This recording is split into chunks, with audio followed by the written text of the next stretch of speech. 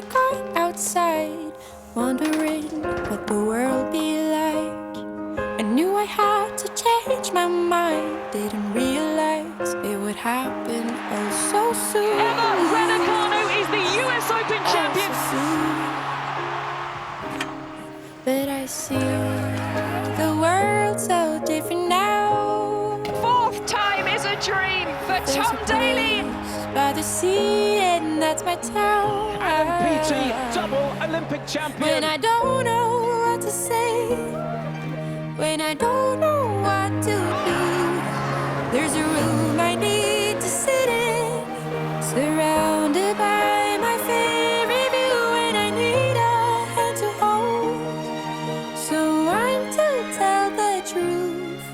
Would it be okay if I came home to you? That will do nicely. Dame Sarah's story is unstoppable.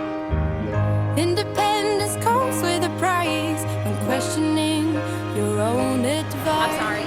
I love you But I there. know I'll be alright with an open door, no matter what I do. What I do. But I see the world so different now. But there's a place by the sea, and that's my town. When I don't know what to say, when I don't know what to do, there's a room I need to Fury has dismantled Deontay surrounded Wilder. by my favorite view, and I need a hand to hold, someone to tell the truth. Would it be okay if I came home to you? Live from Media City UK, welcome to the 68th BBC Sports Personality of the Year. So please give it up for your presenters, the awesome foursome of Alex Scott and Clare Boulding, Gabby Logan and Gary Lineker.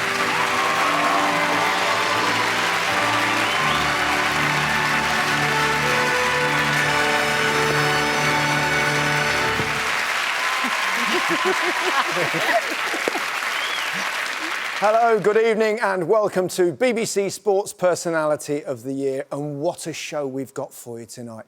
Because from now until 9 o'clock, we'll relive all the great moments from this wonderful year, celebrate its outstanding achievers and find out who'll take this special trophy home for Christmas.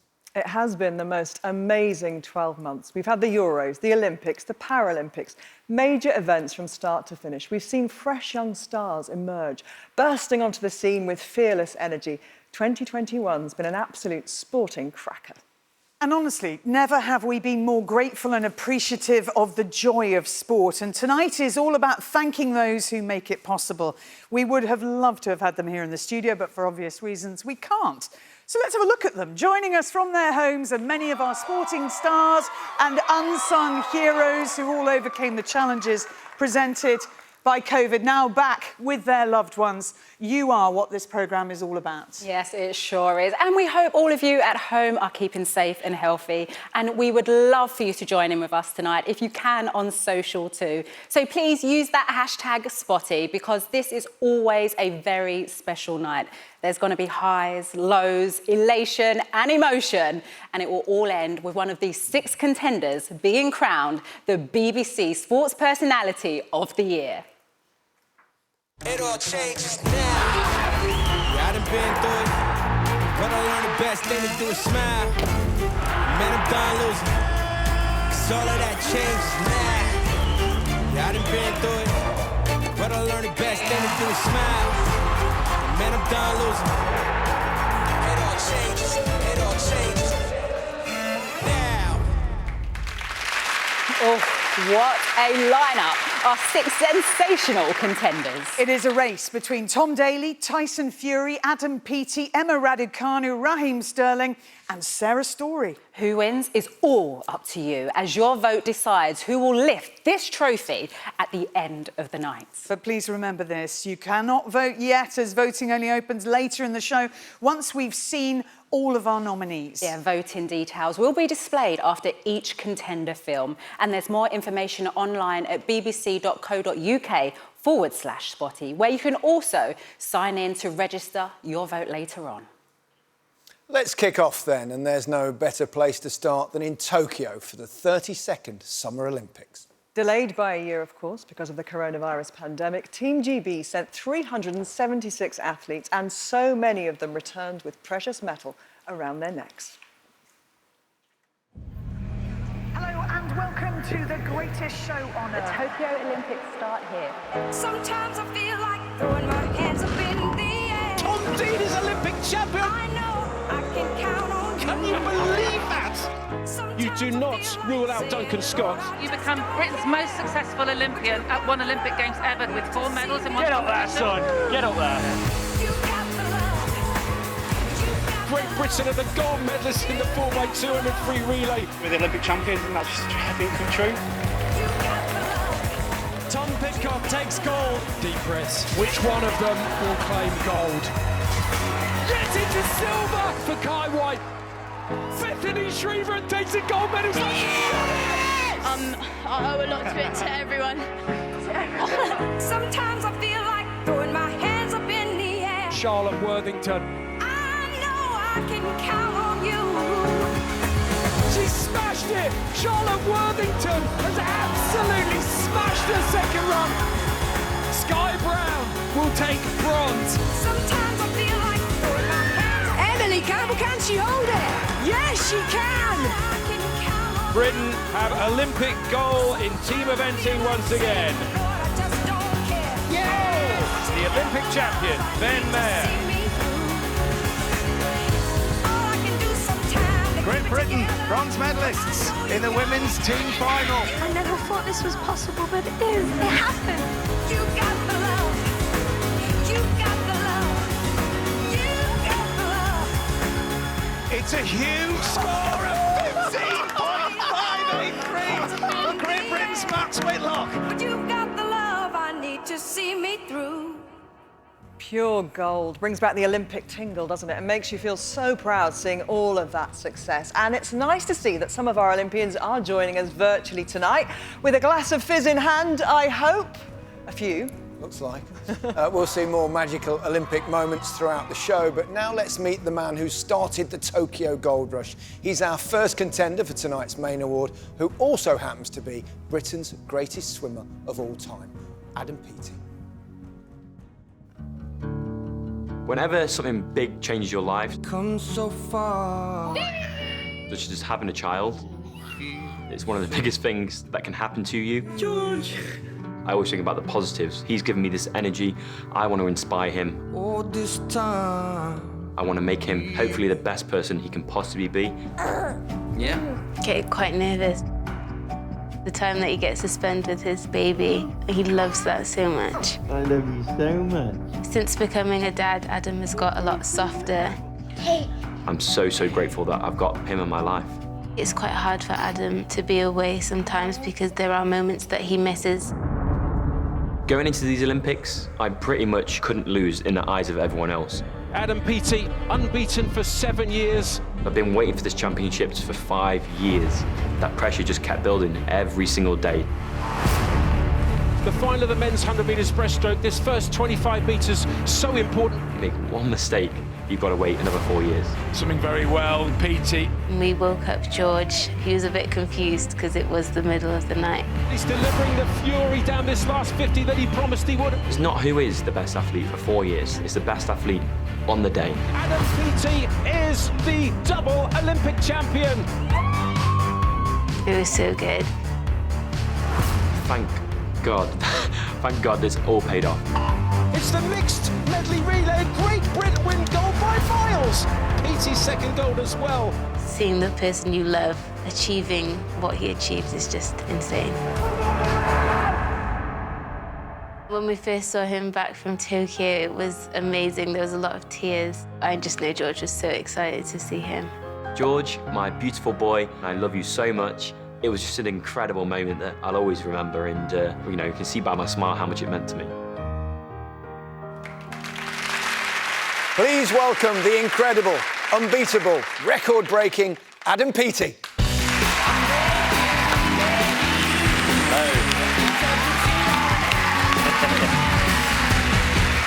Adam, great to see you here tonight. And looking there on that film, you can see just how much it means to you to be a father, how it's changed you as a person. But how's George changed you as a competitor? I think it's purpose. I think, you know, you can train as long as you want to train. Anyone can do that, I believe. But for me, it was purpose. And every single meter now, I fight and, you know, strive to hopefully be the best dad, but be the best athlete I can possibly be for him. So, yeah, purpose. Huge motivation. Yeah, Yes. You had to wait 5 years to defend your Olympic title. And then, obviously, because of COVID, the pandemic, you had no pool, Yes. no access to a pool. How hard was that spell?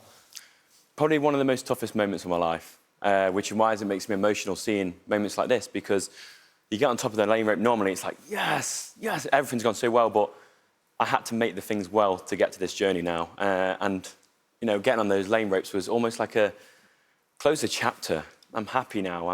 Everything's paid off. The investment in the time, the love, the energy, you know, sport, it just takes absolutely everything from you. And I give everything. It's not a sacrifice, it's a choice for me. And it was so tough, so tough. Been a good choice, after. Yeah. and it speaks for itself, doesn't it? Haven't been beaten in 7 years over 100 metres. The 16th fastest times ever in history belong to you. Backing up a gold from Rio with a gold in Tokyo, with 5 years in between, the first British man to ever do that. Your dominance in the sport is incredible. What is that down to? It's very, very hard to win for one time at the Olympics. Olympic golds, you know, not many people have them, right? So to do it again, and hopefully again, it's 1,000 times harder. I can't put it down to one thing. I can put it down to my energy, my training, the 4 a.m. starts, wherever it's going to be, you know. And as I said before, anyone can do that, I believe. But for me, it was more about just going for it. You can't sugarcoat it. You can't sugarcoat sport. You just got to go for it. Feel it in here, and hopefully inspire as many people as I can. And that's my purpose. I want to make people at home feel the performance, feel the love, and go, you know what, we've all been through a hard time, but I'm going to give you a good time now and see what happens. And you carried that on afterwards. You switched Speedos for sequins. Yes. I suppose you went in at the deep end with that one. How did you find Strictly? But, yeah, a bit of a deep end. My brain is telling me to dance for you right now, but I'm not going to dance for you. Thank heavens. Yeah, thank God, yeah. So, very, very different, but performance, it's kind of applicable in most areas, but hearing that, Adam Peaty, cha-cha-cha, I'm like, what is going on in my life right now? My brain is like, no, you're not in swimming trunks, you've got to do this, and rondes and whatever. See, I'm so comfortable dancing now. So comfortable at dancing. But it's incredible, that journey was just everyone on the show, the production, everyone just incredible, and hopefully I give a few people some smiles. Keep on smiling, keep on dancing. A last tango in Paris, maybe? Oui. Oh, LA, come on. Good stuff, good to hear it. Thank you so much. Brilliant. Thank you, Yep, great to see you here, and good luck tonight. Adam Peaty. Brilliant stuff. And staying in Tokyo, we switch from the Olympics to the Paralympics, where a British team of 227 athletes had more competitors with medal hopes in a greater variety of sports than ever before. Winning was the name of the game, but for some, getting to the start line was a triumph in itself, as swimmer Ellie Robinson knows all too well.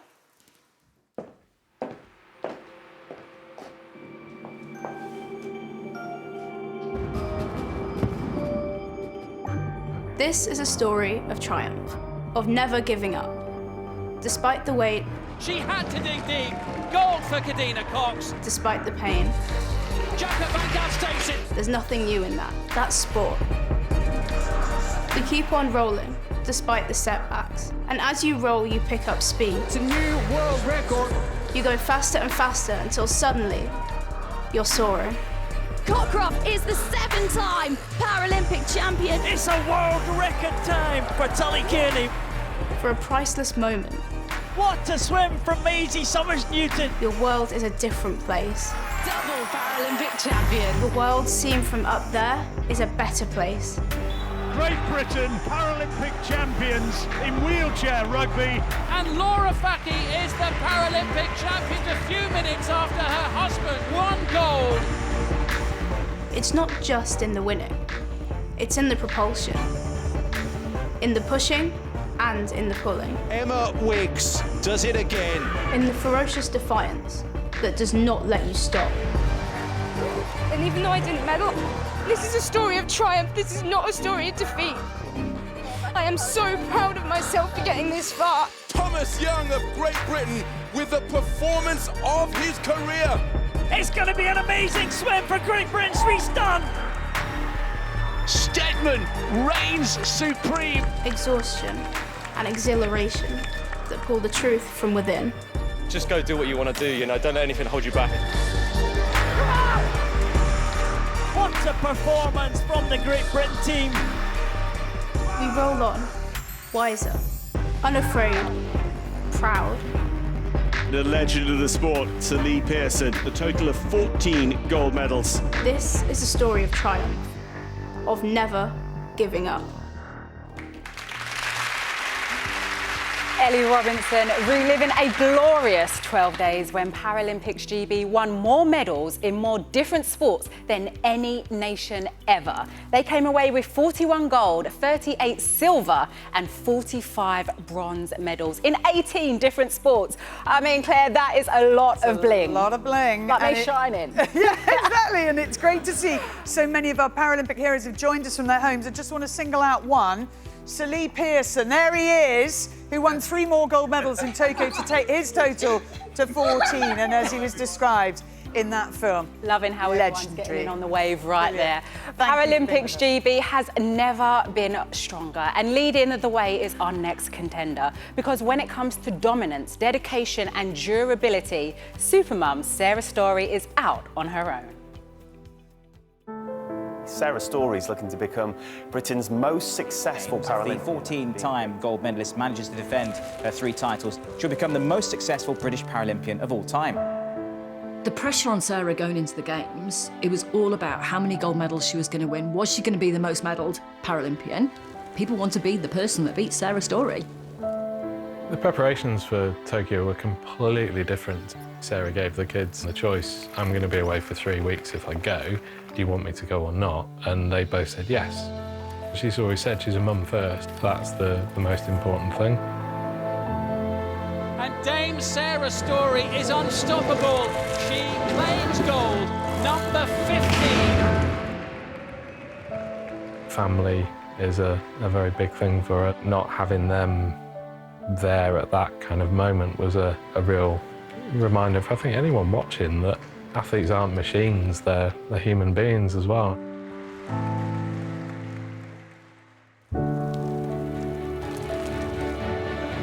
Dame Sarah Story wins her 16th Paralympic gold medal. In every single race she does, there is nothing left at the end. And I just love that about her. I love that she just gives everything she can to win by as much as she can. It was like, you know, Midsummer's Day in the peaks. It was pretty atrocious. She had to really dig in, and all I could hear was my heartbeat beating faster and faster and faster. The anxiety of kind of watching a race and you don't know what's going to happen. Record breaker, history maker, 17th Paralympic gold medal. You know, 17 gold medals, 17 gold medals. It's just insane. She's helped put Paralympics on the map. People care about Paralympic sport because they care about what she's done. Please welcome Britain's greatest ever Paralympian, the sensational Dame Sarah Story.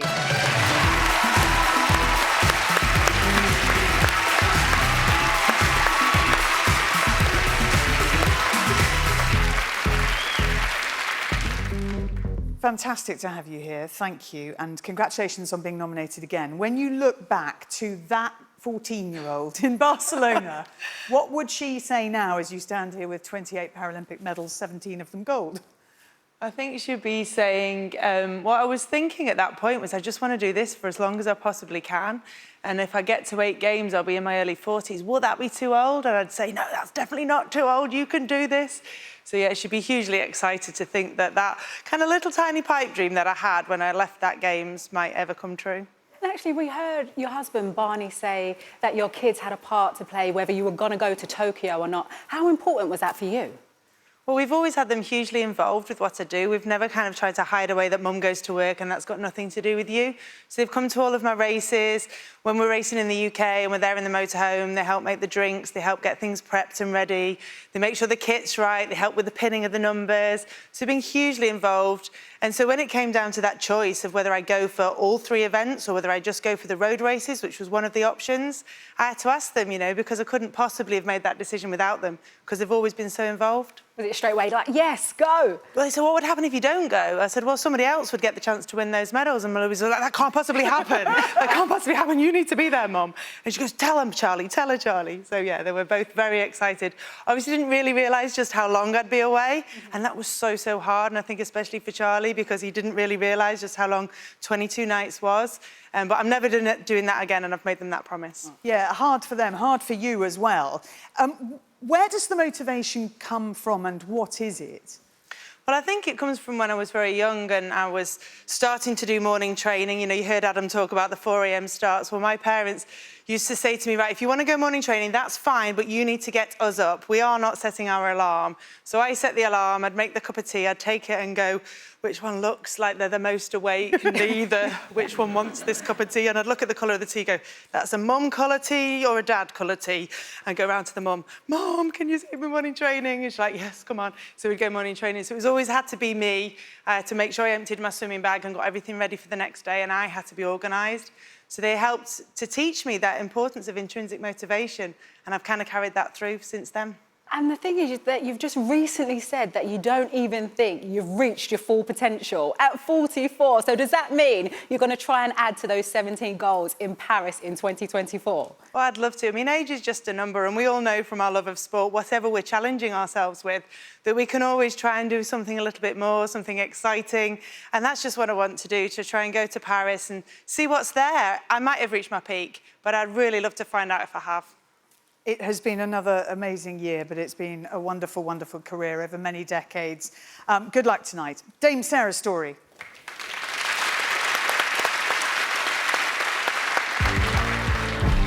January, and we watch the price rise from a distance. Gerwin's first win at the PDC. Staying indoors as we all were, and a young master came of age in Milton Keynes. Yan Bingtao, the future is now. Experience told in the Super Bowl for Brady's Buccaneers. The Australian Open was only open because of quarantine. Once released, Novak Djokovic won his 18th Grand Slam and Naomi Osaka her 4th, while Britain's Alfie Hewitt and Gordon Reid took their slam total to 10. From down under to down and over as fast as you can. Charlotte Banks snatched a thrilling snowboard cross-world championship gold. Zoe Atkin won a flipping bronze in halfpipe. Back home in the boat race, some history in new geography. The crews took to the Great Ooze. It all ended in Cambridge glory for the men and the women. In the ring, fly guy Sonny Edwards won the IBF title. At Cheltenham, Jack Kennedy raced to the Gold Cup on board Manila Indo, whilst Rachel Blackmore made history as the first female to be leading jockey at the festival, with more to come in a stellar year. Mark Selby amazed on the bays. He beat Sean Murphy to become World Snooker Champion for the 4th time. And from potters to putters, Hideki Matsuyama became the first Asian-born winner of the Masters. Now back to its place among the springtime azaleas, a little hint of glorious normality. Radio 1's Vic Hope and Jordan North there with the first of our reviews. Before we move on, though, just a reminder that voting for Sports Personality of the Year only opens later in the show after we've seen all of our contenders' films. Please do not call yet, as your vote will not count and you might be charged. Next up, it's men's domestic football in England, and it's been a year packed full of stories on and off the pitch, which included a first FA Cup win for the Foxes. Yes! 2021, the year of the Blues. Manchester City played the EFL Cup against Spurs to their own tune. Laporte with the goal for Manchester City! But the Blues is about longing. The red and the blue, the top two teams in the country for the last few seasons. Pep's side, faster, stronger. 15 wins in a row. That is absolutely magnificent! City won it with 3 games to spare. Then said goodbye to a man who once won it when they had just seconds. Cheerio, Sergio. 2 Blues fought out the FA Cup final. Chelsea, with a mid-season key change, brought in Thomas Tuchel, but it was Leicester's virtuoso hitting the right note. What a shot from Yuri Tielemans! Kai Havertz's header, it was going in. Brilliant save by Schmeichel. Wow. But would there be another twist? And it's in! Is he onside? The verdict is no goal! Leicester City, FA Cup winners for the very first time. No time for Chelsea to dwell. It's Manchester City against Chelsea in the Champions League final. Ederson comes out, Havertz scores for Chelsea! Chelsea, champions of Europe again. Singing the blues never felt so good. You're not wrong there. And following that frenetic season, next up was the Euros. Yeah, we couldn't wait. After a year's delay, anticipation was high. But on the second day in Copenhagen, it all paused.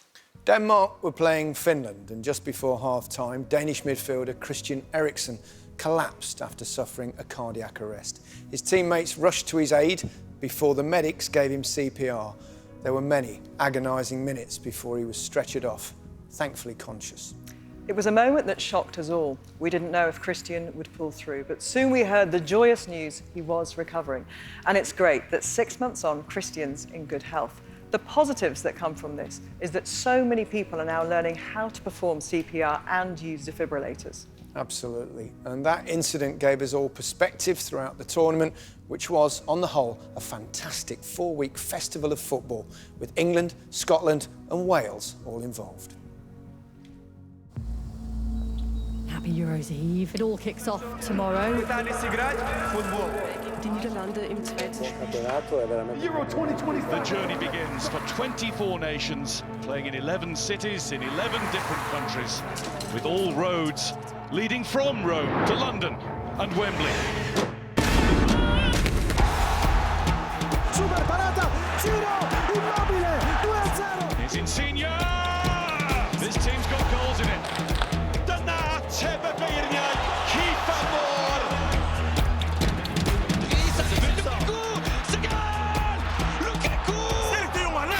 What a moment for the Macedonians! Maar er komt een herkansing en die gaat er wel in van Wijnaldum. Het schot is een linker. Oh. Phillips, got past 1, then 2, then plays it into Sterling! That will do nicely! Czech Republic are in front! Il est bon! C'est goal! Wrapped up and sealed, 2 goals for their talismanic superstar skipper.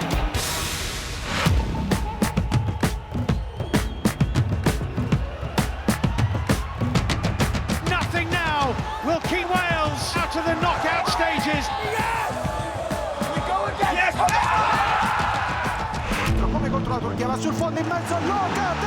This flawless start for New Look Italy continues.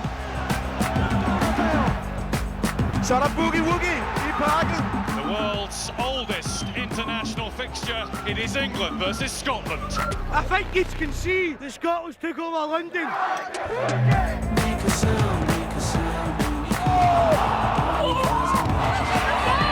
O'Donnell!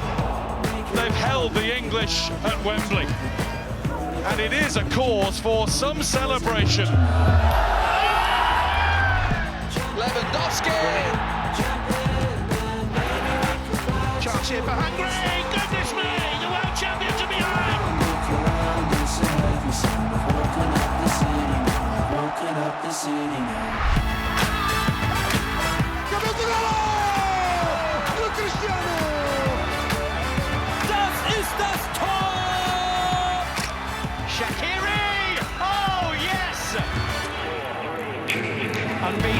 30 games now. Italy won Group A.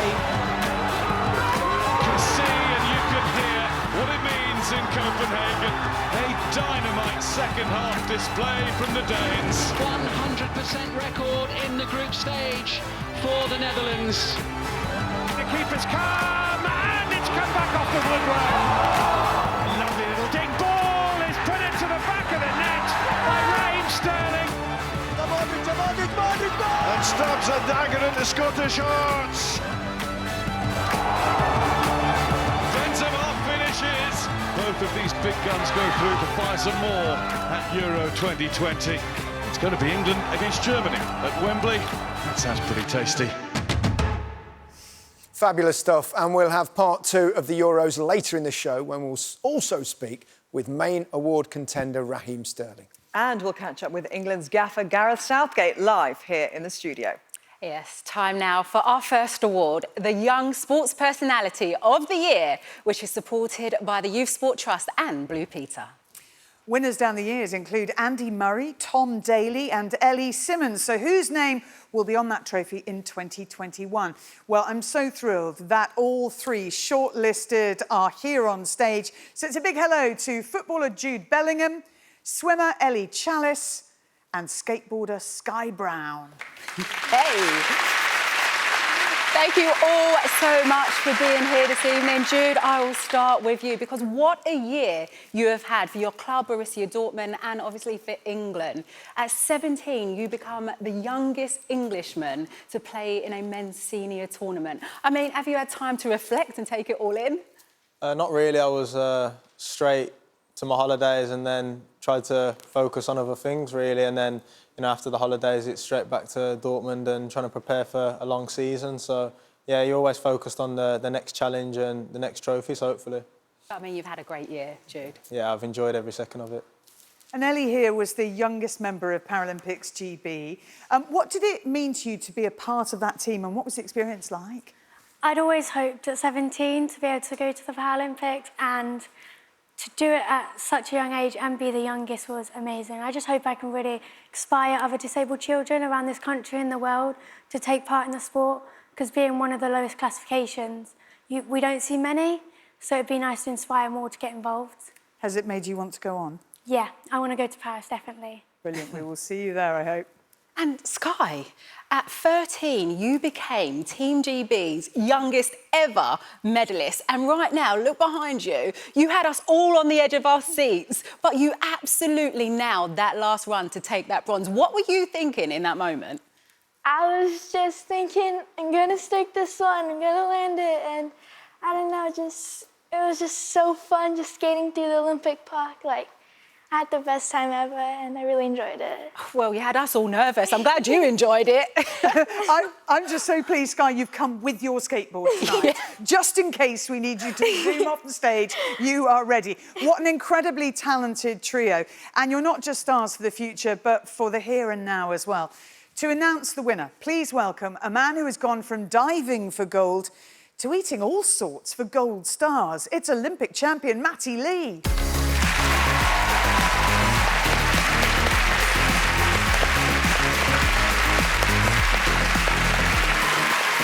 Matty, great to have you with us. Yeah. And many congratulations on that gold medal won with Tom Daley. But life's been a bit of a whirlwind since then. Have you recovered from the castle? It's been hard. Like, the castle was a different challenge for sure. Like, the sleep deprivation was horrible. Being hungry all the time was not nice at all, especially for athletes. We were always eating, I feel like.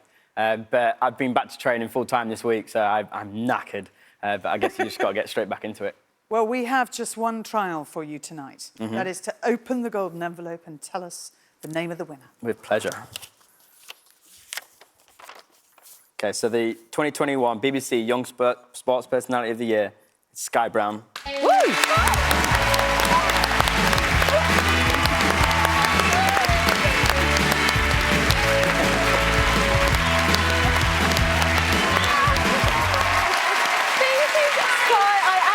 You're taking the skateboard, you've got the trophy, it's another one to add to your cabinet. How do you feel? I can't believe it, honestly. I'm so thankful. I honestly don't feel like I deserve it because I'm next to two really amazing people, but I'm still being cool. I just want to say thank you to all my support, like to everyone who supported me, and especially my family. And yeah, I just want to show. I want to make Britain proud as much as I can, and I hope I did.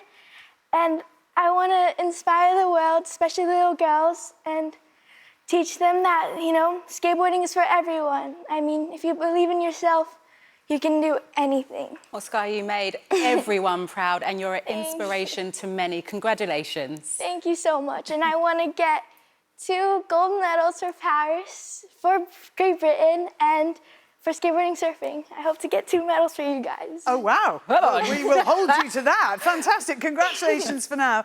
To Sky, thank you also to all 3 of you for showing that you can never be too young to aim for the stars. Our young, spotty top 3 and our winner, Sky Brown.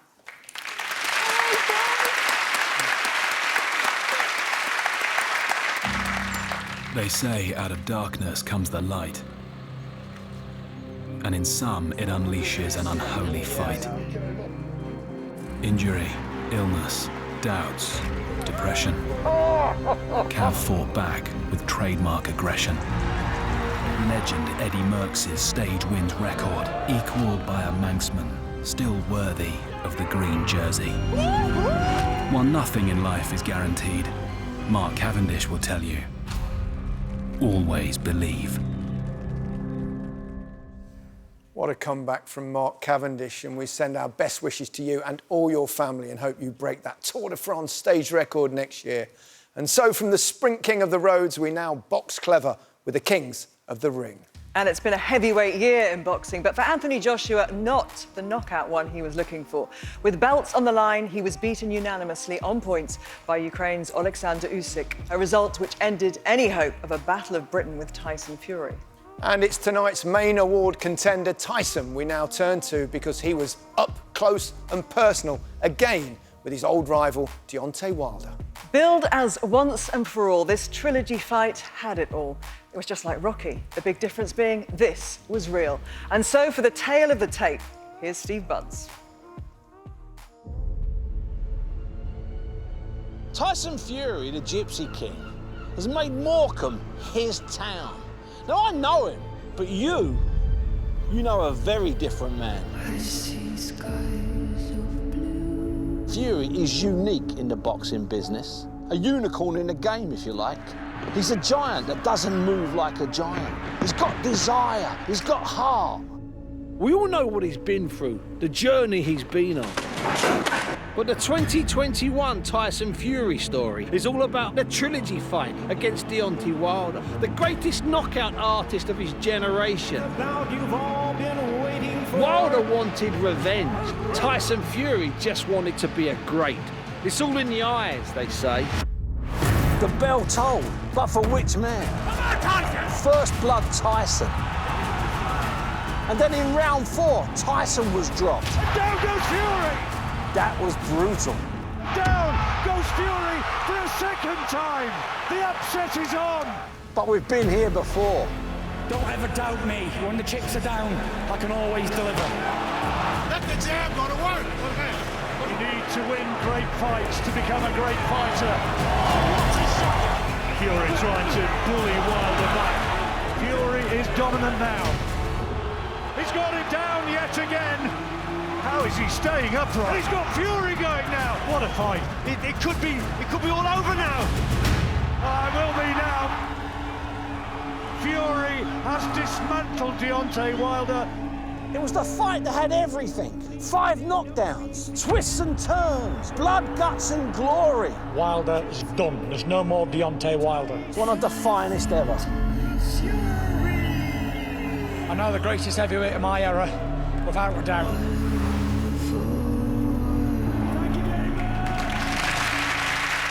What a fight and what a fighter. That trilogy will live long in the memory. Sadly, though, Tyson isn't able to be with us tonight. But if you want to vote for him, his details are on the screen right now. Don't call yet, though. Voting only opens later in the show.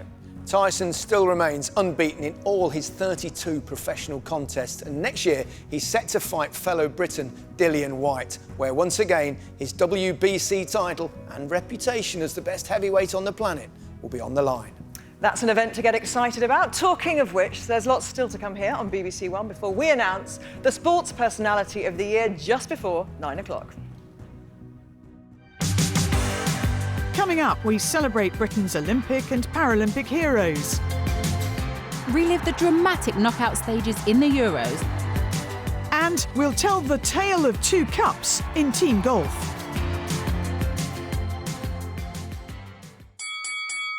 May and Josh Taylor wouldn't be the first guy to end up in a fight in Vegas, but he is the first to end it as a British four-belt champion. He beat Jose Ramirez to become the undisputed king of the light welterweight world. Manchester United were torpedoed by a yellow submarine. Villarreal seized the Europa League. And over in South America, the Copa ended up messy. Argentina conquered the continent. Back across the pond at Epsom, Adam Kirby and Adaya won the derby, while in the Oaks we saw record snowfall in June. The horse ridden by Dettori to the race's biggest victory. Staying on course and victory to lefty, Phil Mickelson became the oldest man to win a major at the PGA. While at the Open Championship, Colin Morikawa got on a rolling sandwich. A new king crowned at Royal St George's. And Anna Nordqvist battled her way to the Women's British Open in Carnoustie. In rugby union, the British and Irish Lions toured South Africa in a bubble, popped by the Boks in the final test. While in the English domestic game, this was the year of the mighty Quins. Harlequins won the women's title for the first time. While the men's Premiership final was a helter-skelter belter. Exeter came back, then Quins came back stronger. Novak Djokovic also danced back from the cliff edge to snatch the French Open against Stefanos Tsitsipas, Grand Slam 19. Grand Slam 1 for Barbora Krejcikova, and there was British glory too. Joe Salisbury won the mixed doubles, Andy Lapthorne won the quad doubles, while Alfie Hewitt defended his wheelchair singles and doubles titles, the latter, as ever, with Gordon Reid. Well, from the red clay of Roland Garros, we now move to the green grass of Wimbledon. Oh, love a bit of Wimbledon. And with show courts packed and crowds in full voice, what a fabulous fortnight it was. This is the cathedral that you want to walk onto. And there's no other court like it. Here we go then. You never know what's coming. Oh, it is good. Beautiful point. This man means business. Andy Murray on the comeback trail. Is this going to be my last Wimbledon? No, I'm going to keep playing. I want to play. Is that a last goodbye? Too good from Hewitt. Oh, it is good from Neil Skupski. Oh, what a way to find a line. Do we have ourselves a match now? Magnificent demolition of a great champion. They take the doubles. And the celebrations can begin. That's exceptional from Barty. A destiny fulfilled. Wonderful occasion, this. Sensational shot. A sixth Wimbledon title for the Serbian superstar.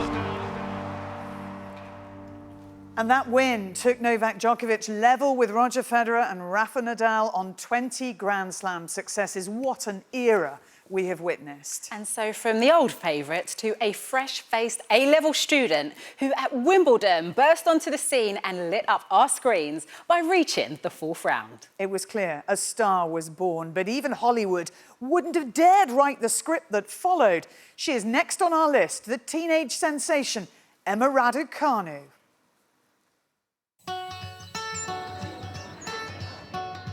I was Team Nightingale. We won sports day every year.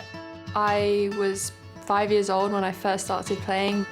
When I realised I could beat the boys, that's when I first started realising, OK, I'm actually not bad. Huh, it's me! I didn't know that. When she joined us in Year 7, we knew that she was pretty good. GCSE English, right here. From a young age, I've always wanted to do well in everything I do. I was front row, so there was no cheating going on. Yeah, this is where I did my exams. It's extraordinary to look at that journey from sort of A-levels into the second week of Wimbledon and look like she was having a great time. British tennis has a new star. Things didn't end the way that she would have liked. Miss Raducanu is not able to continue the match. After Wimbledon, I knew exactly what I needed to do. To get to New York, it was the first time she'd ever played qualifying at a Grand Slam. Each match that went by, I thought, why can't I win this match? Match after match, set after set, no let-up. No qualifier has ever done this before. Will now face Leylah Fernandez in an all-teenage final. It's me or her, so why not me? It was incredible. Raducanu down the line to win the first set. The second set was equally as challenging and a little bit dramatic. Great back point.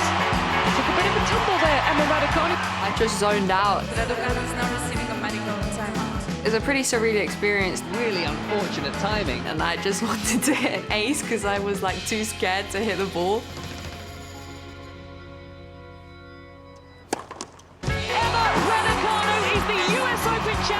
It's one of the most incredible achievements in our sport. She was tipped for this, and she's done it. Who is Emma Raducanu? Emma Raducanu, 19-year-old from Bromley, that's who she is. I mean, there's nothing else to it. And it's lucky Emma is so down to earth, because from all that excitement, she comes back with a bump to the reality of modern life, testing positive for COVID and now in isolation in a hotel. But she can join us now live from Abu Dhabi. And hello there, Emma. How are you feeling, first of all? Hey everyone, I'm doing well, thank you. I hope you're all safe and healthy and enjoying the holiday season. I've no idea whether you were watching Sports Personality of the Year this time last year, but now here you are on the list. When you look back at what you've achieved and the belief, where did that come from, that invincibility?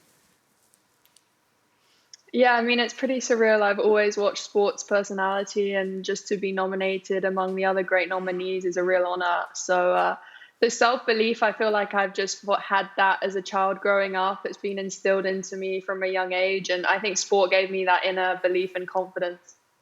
Emma, you said that you're still that kid from Bromley, but I mean, since that win, you are a global superstar. I mean, we saw you at the Met Gala. Not everyone gets that invite. How have you taken it all in? I feel the complete same, and everyone near me is definitely the same and keeping me in my place 100%. But it's been great how everyone's been so welcoming and positive when I got back home and around. But yeah, nothing's really changed in terms of my mindset. And what about your mum and dad? Because they weren't able to be with you when you did have that win. What about their reaction to their daughter being a superstar now? Well, my parents are never one to really make a big deal out of anything that I do that's good. So we'll see. I mean, they've been normal, nothing too big, nothing too low. That's just the way they brought me up. And number one, obviously, you want to dedicate your life to playing tennis. What are the targets that you're setting yourself in 2022? Yeah, I mean, for sure, I just want to look back at the end of 2022 and think that I've improved in some way and also learned, because it'll be my first actual year on the tour. So I've got a lot of learning to do, and yeah, it might take longer to recover, but we'll see. I'm looking forward to getting started. You've said that one of the keys to your success in New York was being able to stay present. Can you just tell us a bit more about how you achieved that? Yeah, I think that I was really focused on one point at a time, and I didn't really know the power that would hold. You know, Tim, he played such a great role in New York, and he was really instilling that into me every single day. So yeah, I'm really grateful that he was there and part of the journey too. Well, I certainly hope that that magic, that trick, that belief in yourself, the ability to stay present works for you again, because it's just been a wonderful treat to watch your meteoric rise. Many, many congratulations. Yeah, Emma, thank you so much for being with us tonight. And good luck, Emma Raducanu. Thanks for having me. Lots still to come, including the Helen Rollason Unsung Hero and Lifetime Achievement Awards. And we'd love you to get involved too on social by using the hashtag Spotty. And another quick reminder, don't vote yet. Voting will only open later once we've seen and heard from all of our contenders. Back now, though, to Tokyo and the Olympics and more golden wonders who went faster, higher and stronger. Lalufai is the Olympic champion. I'm so proud. Did you see that with a good fight? Unreal. Silver for Keely Hodgkinson. What does this silver medal mean to you, Keely? This, because I don't cry. Triathlon will be golden for Great Britain. Joseph Jump makes history here.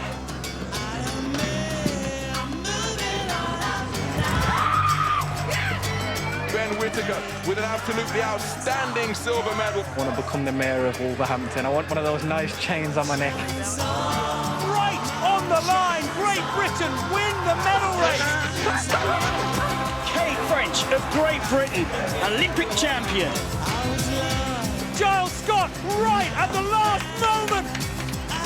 Gold medal for Great Britain. Matt Walls is the Olympic champion. Laura Muir gets the silver for Great Britain. Hannah Mills and Ailey McIntyre, they had to fight hard in that race, but it is gold for Great Britain. It is a glittering fifth Olympic gold medal for Laura Kenny. I mean, I'll just keep turning up, see what happens. The international footballer, the kickboxing world champion, Lauren Price, becomes the Olympic champion. Looks like we're getting a goalpost box in Astromonarch right outside my house. We're watching British Olympic history as Jason Kenny takes the title, and Jason Kenny stands alone in British Olympic history with a magnificent 7 gold medals. Tokyo was glorious. Subarashi desu ne. Games where our athletes gave us so much joy. And these were the vital statistics as Team GB won 22 gold, 21 silver and 22 bronzes. That's a whopping 65 medals. And it's nice to see lots of our Olympic medalists joining us virtually tonight. I hope you're having a great time at home. Well, I'm delighted to tell you our next contender will be here with us in the studio in just a moment. He's lived a life in the public eye, experienced highs and lows on and off the diving board. But thankfully, in his 4th Games, his Olympic dream finally came true. Tom Daley, what a star you are.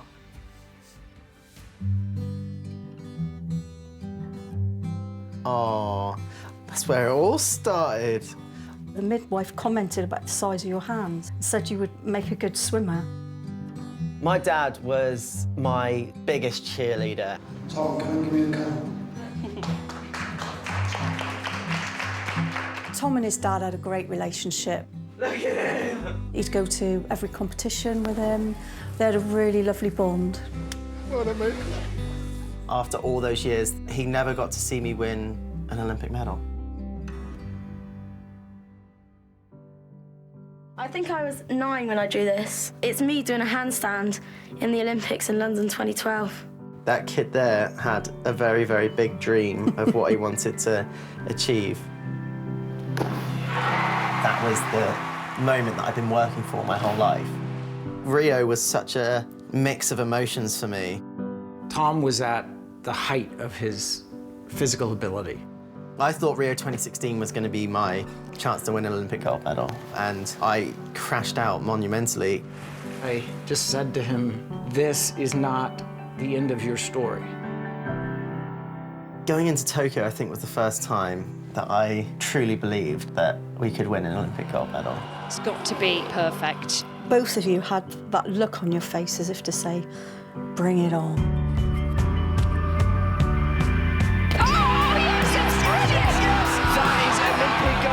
It was like that moment of a flashback of all the things that I've done, the highs, the lows, the people that we've lost. I think Tom decided he was going to stay tough and strong until he achieved that thing that him and his father dreamed of, that gold medal. He's an icon, an inspiration, and at last, an Olympic champion. Please welcome Tom Daley.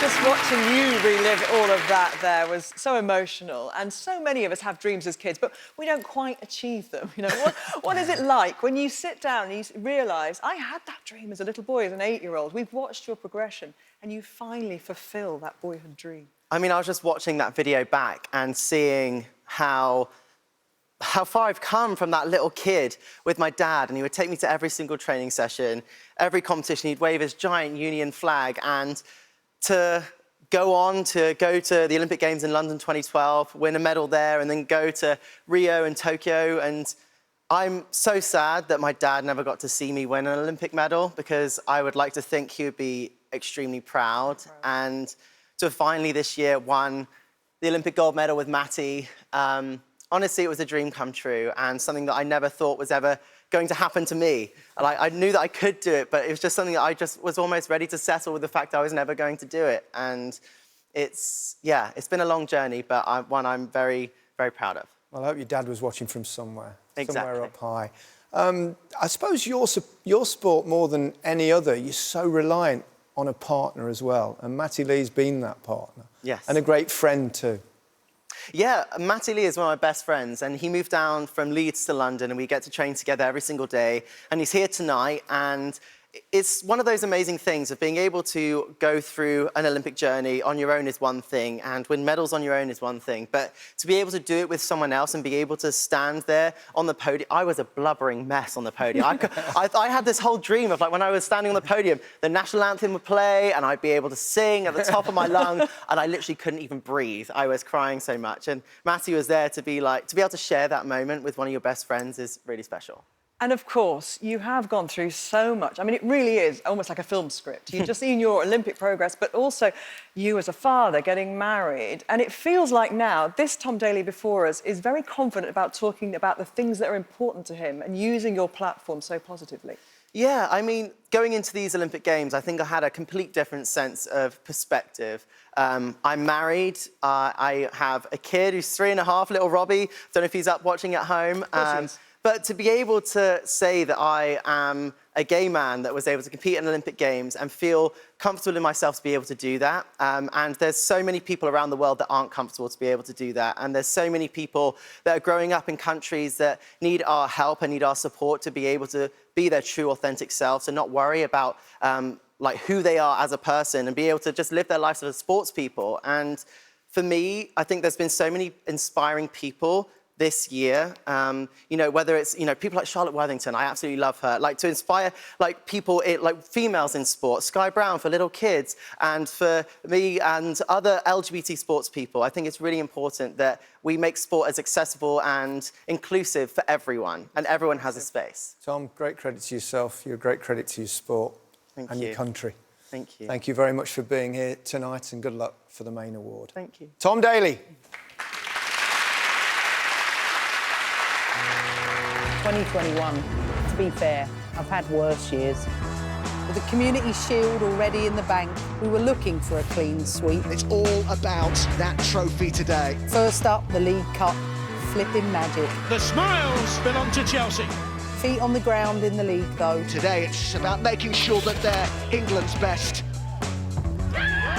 We did the job, defended our title. Chelsea are champions again.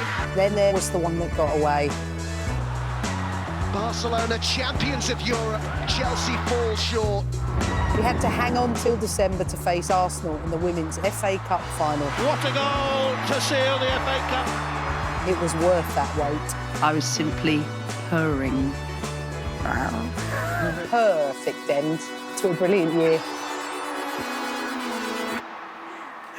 I think Emma Hayes should do every voiceover forever. Chelsea setting the pace with a domestic clean sweep of Women's Super League, League Cup, FA Cup, and reaching the final of the Women's Champions League. And Emma really has transformed that club over the last 10 years. Yeah, she really has. And in that FA Cup final 2 weeks ago, Chelsea beat Arsenal, and it's one of their players, actually, who is the recipient of our next honour, the Helen Wallison Award. Helen was a much-loved BBC Sport presenter who died of cancer 22 years ago now. And the award named in her honour is for inspirational achievement in the face of adversity. And this determined young woman has all those qualities and more. She's raising much-needed awareness for breast cancer screening after playing through and fighting the illness herself. My former teammate, Jennifer Beattie. Getting told you have cancer is a life-changing moment.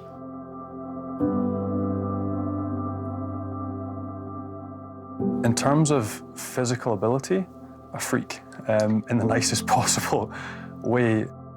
Way stronger naturally than I think Dad or myself or my sister Julie or my mum. Jennifer watching the footy. You're watching the footy, wishing you had your shoes. Whereas your daughter, and she's 30, just didn't feel right. I felt a lump. I knew something didn't feel right. Whew, shivers thinking about that now. She phoned to say, yes, Mum, it's not good news. And I remember walking.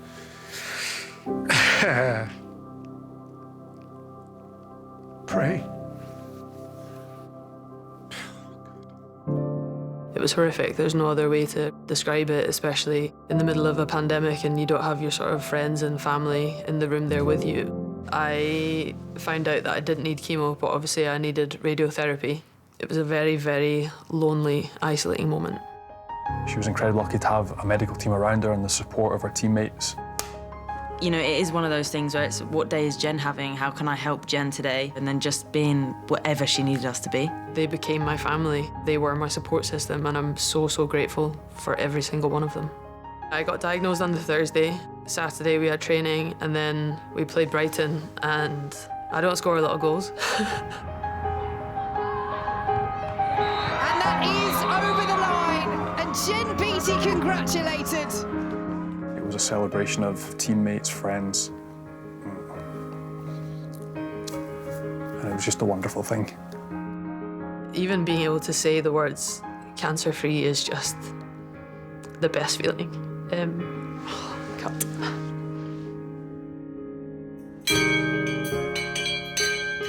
Knowing that life has resumed to normality for me is just the most unbelievable feeling. Jen thinks that this is just a standard team meeting, but in fact, we're going to surprise her with this, so let's go.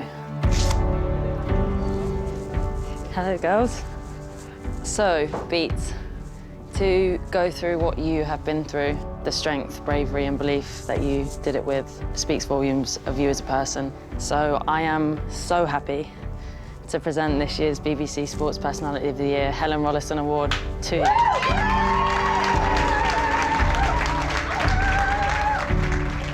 It's a huge, huge honour. I thought about the people that had won it previously before me, and to be in the same sort of category as that is just, it's overwhelming. I think of all the things she's done, this is the most important moment. Because I think you can always be recognised for being good at kicking a ball. She wanted it to be about, you know, making sure she saved some lives, I think.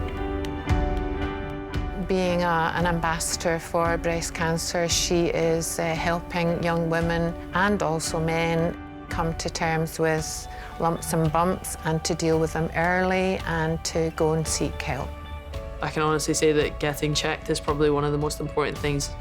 If you feel anything that feels out of the norm, go get checked. It definitely saved my life. So many different emotions in that, and even out of the darkness, Jen shows you can always find the light. Jen also shows in that film how in a time where she could have felt isolated and alone, she found a real support system in her team. So nice to share that moment with them. And her example is also a really positive, inspirational message to those who are facing treatment right now. It does work, you will come out the other side. The 2021 Helen Rollison recipient is Jennifer Beattie. Congratulations, Jen, so well deserved. Staying with women's football, next year is another massive one with England staging the Euros. The hosts and Northern Ireland are both involved. And it's congratulations to England's Ellen White, who this year became the Lionesses' all-time leading goal scorer. She now has 48, I think. That's the same number as you, isn't it, Gary? Yep. She's probably going to end up getting a lot more. All right, let's now stay with the beautiful game and head north of the border and look back on the year with Super Ali. It hurts to see your rivals win year on year. Really hurts. But each new season brings new hope, new players, new belief. First big test. time to hammer home advantage and see in the new year with a bang. With Rangers on course to be the first club in the world to win 55 titles, the Cups were heading to another club close to my heart. St Johnstone with a historic Cup double. Celtic's decade of domination was over. But while a new chapter starts, another sadly ended. The streets once again full to say goodbye to a true Scottish legend. Walter Smith. Thanks, Gaffer. You'll never be forgotten. You certainly won't be, Walter, and thanks to Rangers and Scottish legend Ally McCoist for that film. And there's been some significant action again in Scotland today with the second Scottish League Cup final of 2021. And it's congratulations to Celtic following a 2-1 win over Hibs. Time now to head back to the Euros, and the last 16 is where we pick it up. Wales again made the knockout stages 5 years after their magnificent run to the semi-final, but this time they fell at the first hurdle, beaten 4-0 by Denmark. So that left England as the only home nation still in it. There was hope, there was hype, and football was coming home again. For Gareth's gang to progress, first they'd have to beat Germany at Wembley for a place in the quarters. So cue our final contender, Raheem Sterling, to keep the ball rolling and the Three Lions roaring.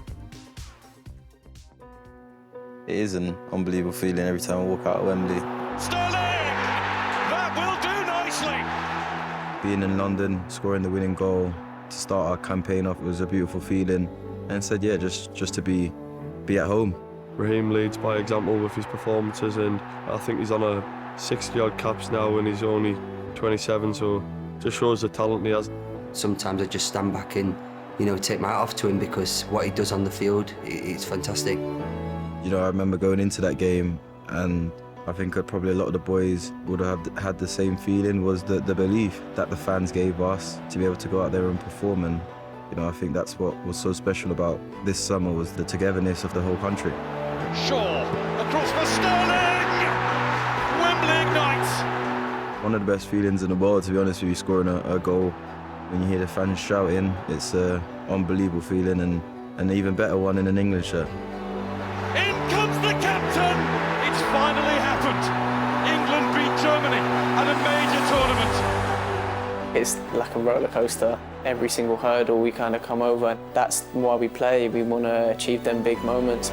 Portugal out, the Netherlands out, and now the world champions France are going home. The Ukraine game, I just remember we got off to a good start, and that just builds the rhythm for the game. It was a beautiful night in the end. Ukraine blown away, England on their way to the semi-finals of the European Championship. It's Jorginho. Italy are into the final. England and Denmark! That is some sort of wonder strike from Mikkel Damsgaard. We always believe anyway, no matter what game we go into, we believe that we can win that game. It's Saka who got round the back. England had to hit back quickly. It is going to be extra time for England. Sterling going around them all, and Sterling down in the box. It is a penalty for England. It's been a long day now. We've got a chance to, to score in with a few minutes left on the clock, and we can be going through. Schmeichel saves. Kane is there to follow into the final of a major tournament for the first time in 55 years. It was a crazy feeling. The noise from the fans was brilliant. That's one that will stick in the memory for a long time.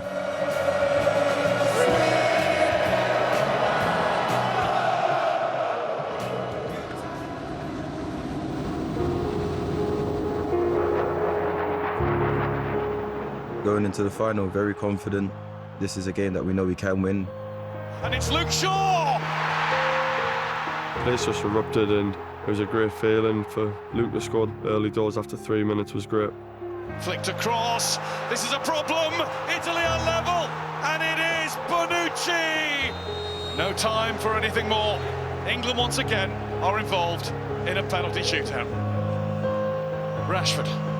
The nation holds its breath. And Rashford has missed. 2-2 after 3. Now the pressure goes back on England's players. Sancho. Saved by Donnarumma! Italy are one kick away from European glory. I knew I had to save the penalty for us to continue in the game and hopefully win it. It's Jorginho. Pickford is down to stop him! England are still alive! I'm a goalkeeper and that's my job to keep the ball out in net as much as I can. Saka has to score. It's saved by Donnarumma! And it's Italy who are the champions of Europe. Real heartache for England's young Lions. It was very painful, and of course, for those players, they would have been really disappointed, but at the same time, they had everyone here's support. It wasn't meant to be, it didn't work out, but we're hungry, we're ready, we've got the desire to go again.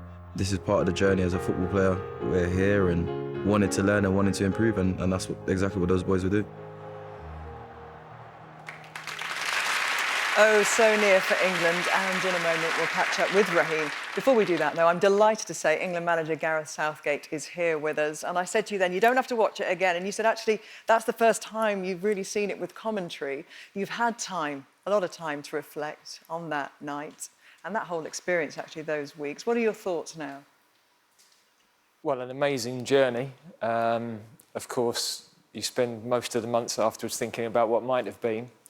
And then as you get towards the end of the year and we finished our games, a chance to reflect on the incredible job the players did, because we took a whole country with us for a number of weeks and managed to have an incredible year, really. 19 matches.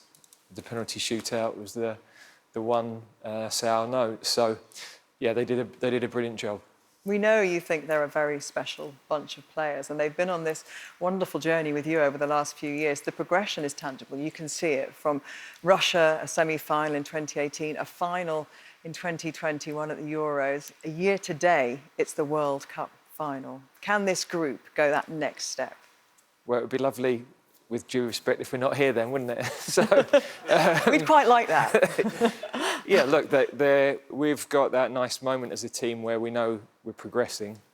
They've seen what's possible and they've got close enough for that really to fuel the hunger, but they haven't got there yet. So it's in our hands, really. We're one of probably 7 or 8 teams that could win it, but we are in that mix and we've got to be at our very best against a lot of these top sides from all the knockout stages on. Most of those were 50-50 games and the competition is really tight, but we can. Let's bring it round to Raheem Sterling, who is one of our 6 contenders tonight. And can you tell us the part he played this summer? He's nominated for his work off the pitch and also for Manchester City, but the part he played for you in that special summer? Well, he'd had a disappointing end for him in terms of the end of the season, and we had a highly motivated player who we knew had got a great goal-scoring record with us in the last few years. His all-round play, he's a danger to teams all the time, and he had that sense of destiny being at Wembley, so close to where he was born, the hunger to show people what he could do on the big stage. The last couple of tournaments hadn't gone as well as he had hoped personally. And he was phenomenal throughout the whole summer. He had that real drive and delivered really important moments with goals, assists, and just putting other teams on the back foot. Thank you so much, Gareth. Thank you for being with us tonight. Well, today, Raheem's been playing for Manchester City at Newcastle. He's on his way back right now from that match. So earlier, Gary caught up with him. Raheem, thank you very much for joining us. And first things first, congratulations on yet another victory today. And you got a goal for us. Yeah, it was... you know, a difficult place. Newcastle is always a difficult place to come, but we play our football and we'll get the result we need. Let me take you back to the Euros. You grew up, of course, just a stone's throw away from Wembley. How special was it for you to perform so well in your own backyard? Yeah, it was, the build-up to the tournament. I had great motivation. As I said, it's been a childhood dream of mine, to play at Wembley Stadium. So every time I go back there, if it's with City or with England, I always have an extra motivation because I said just growing up yards away from the stadium, I was really, really up for it. You played a big part yourself, of course, in the tournament. You scored some crucial goals. Always nice to get one against Germany. How was it being part of a team that got to the final for the first time in 55 years? Yeah, I think the one thing that we do have as a collective, you know, the belief within the team. We've got some players playing at, you know, the highest level, challenging for big trophies, major trophies. And, you know, we go against, as I said, you can see against Germany, the belief that we had there, you know, with everyone behind us, the support we had. You know, we thought we can do it, and, you know, we went out there and done exactly that. We've had another very successful year with Manchester City as well, of course. Carabao Cup win, yet another Premier League title, went very close in the Champions League, scored 100 Premier League goals. You're something of a veteran now. Only 27, not a veteran quite yet. The World Cup's 12 months away. In fact, it's the final, 12 months today. That has to be a target for you. Yeah, as I said, the environment that we have within the national team at the moment, you know, each tournament we go in, we get better. We go that one step ahead. You know, the World Cup will be no different. You know, we got to a final, which, as I said, you know, you had people congratulating us. And I said, the group, we were disappointed. It was a tournament we truly believed we could have won in the Euros. So now with the World Cup, another tournament, another opportunity, another time to get together again and try to do the nation proud. And it's no secret, you know, we want to go out there, we want to win it. But at the same time, if you want to win it, you've got to put the performances in. And that's all we can do, and we'll be ready. Raheem, congratulations on a fabulous year, and good luck with tonight's main award. Thanks for talking to us. Thank you very much, Gary. Well, we've now seen and heard from all of our contenders. It's now time for you to vote for your BBC Sports Personality of the Year. To vote, calls to the short number from a mobile cost 15 pence. Calls to the long number cost 15p plus your network's access charge. Please ask the bill payer's permission. Yeah, you can also vote online by visiting bbc.co.uk/spotty, where you'll find the terms and privacy notice. So now we can announce that voting is open! You've got about 30 minutes to vote, and here are the all-important details you need. Voting for the 2021 BBC Sports Personality of the Year is now open. To vote from a mobile, call 62282 and add the number of your favourite. To vote from a landline, call 09 015 22 82 and add the number of your favourite. For Tom Daley, add 01. For Tyson Fury, add 02. For Adam Peaty, add 03. For Emma Raducanu, add 04. For Raheem Sterling, add 05. For Sarah Story, add 06. Calls to the short number from a mobile cost 15 pence. Calls to the long number cost 15 pence plus your network's access charge. And please ask the bill payer's permission. You can also vote online by visiting bbc.co.uk/spotty, where you will find the terms and privacy notice. All voting details are available to view on the red button, where they'll be signed for sign language users. Voting closes later in the show, so please do not try to vote if you're watching on demand. Swap striking partners. Wait. Don't forget your favourite needs you, so vote now. Yeah, let's kick off the second half. That one was for you there, Gary. With our next award, the Unsung Hero. Before we do, we want to pay tribute to the ultimate hero, Captain Sir Tom Moore, who sadly passed away this year. Yes. There'll always be a special place in all our hearts for Captain Tom, who walked that extra mile. And it's our unsung heroes who do just that in their communities. Supported by Made by Sport and BBC Local Radio's Make a Difference campaign, this special award is run across all the BBC's 15 nations and regions. It honours those wonderful people who give up their time to help others through the power of sport. Joining us virtually tonight are many of those 15 winners. There you all are. I feel like I'm just doing that geeky wave at you. I need to stop. But you can find out more about their amazing work by going to bbc.co.uk/unsung hero. You're all superstars, but there can only be one overall champion, of course. And so to announce the winner, please welcome double Olympic champion, Rebecca Adlington.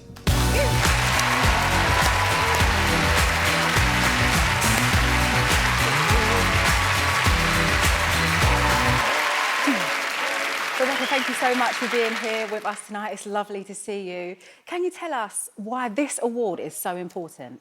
I think it's one of those that without these guys, sport simply wouldn't be possible because, you know, clubs are run by parents, fans, the volunteers, and right the way up until elite sport. Like, even the Olympics, they don't happen without the volunteers, your games makers, all those people. So right from that community through to elite, people like these guys all here are just so, so important. And I'm so happy they get rewarded because they often get unrecognised. Okay, everyone is waiting. Can you do the honours and tell us who the winner is, please? Okay, good luck. It gives me great pleasure to announce that the 2021 Unsung Hero is Sam Barlow.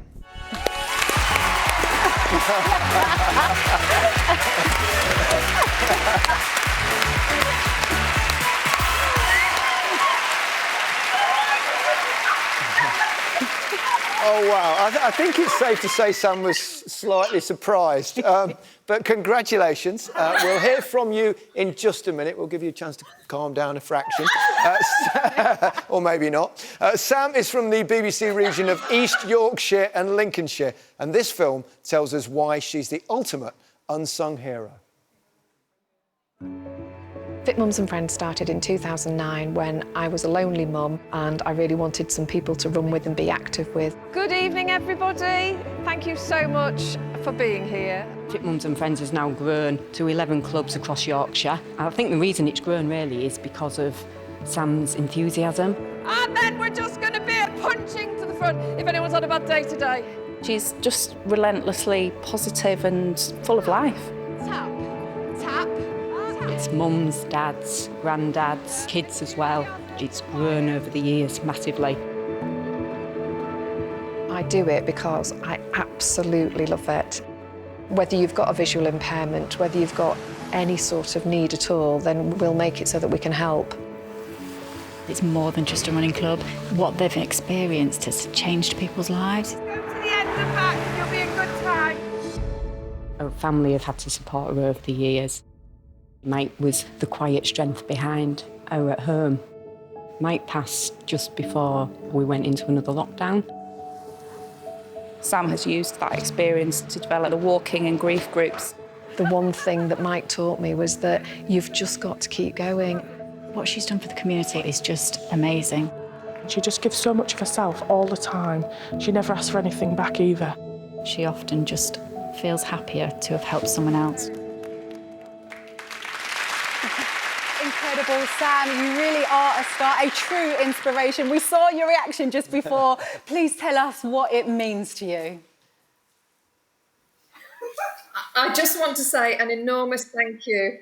It's an incredible thing that the BBC recognises even the work of all the volunteers in communities across the country.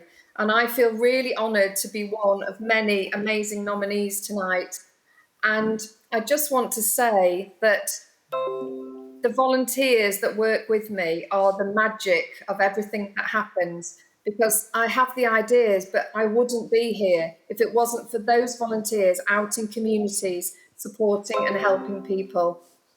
And of course, tonight I dedicate this award to my husband, my amazing husband. And for him, sport kept him going through a diagnosis of a very rare tumour. And Mike's ambition was always to keep on going. And if he couldn't run, he would walk. And if he couldn't walk, he would coach and he would support people. So I just want to say, please, everybody, have hope. Whatever happens, have hope. And please, just keep going. Thank you so much. Thank you very much, Sam. Beautifully said, if I may say so. And I don't know about anyone else, but that your reaction to when you won might just be the Zoom moment of 2021. Congratulations once again, our 2021 Unsung Hero, Sam Barlow. Brilliant. Great scenes in Hull. To golf now. And in a generally genteel sport, the noisiest rivalry of all, Europe versus the US of A. This year, both the Solheim and Ryder Cups were fought out within weeks of each other. As always, when these two continents collide, something extraordinary happens. We saw stunning shot-making combined with drama and emotion. Two cups, two continents. Europe against America. Their turf, their talent, maybe just their turn. Here we go then. Quickly, the Europeans lost their way. Rory wandered off course. Even Ian Poulter, the man they called the postman, couldn't deliver. In the eye of the storm, the perfect calm of John Ram. And another one. He couldn't save Europe on his own, though. The gap widened. Europe needed a miracle bigger than Medina. And even though Rory finally came to the party, a steady stream of American points took them to the brink. Colin Morikawa, the Open winner, closed the deal. And USA have won the Ryder Cup. 1909, the biggest modern era Ryder Cup victory from America's youngest side. Let's change the subject. The Solheim Cup. Europe had youth, experience, and for the first time, Ireland's Leona Maguire. Remember the name. Fabulous, absolutely fabulous by Leona. Europe just 2 points ahead before the singles. Brilliant. Maguire unbeaten for the week, 4.5 very hard-earned points. A rookie record. But it was another first-timer, Matilda Castren, who had the putt that won the cup. Europe had retained the Solheim Cup. Only Europe's second away Solheim Cup win. A magnificent triumph of team spirit and togetherness, led expertly by Katrina Matthew. Super scenes there for Team Europe at the Solheim Cup, and it is a joy to welcome Skipper Supreme Katrina Matthew.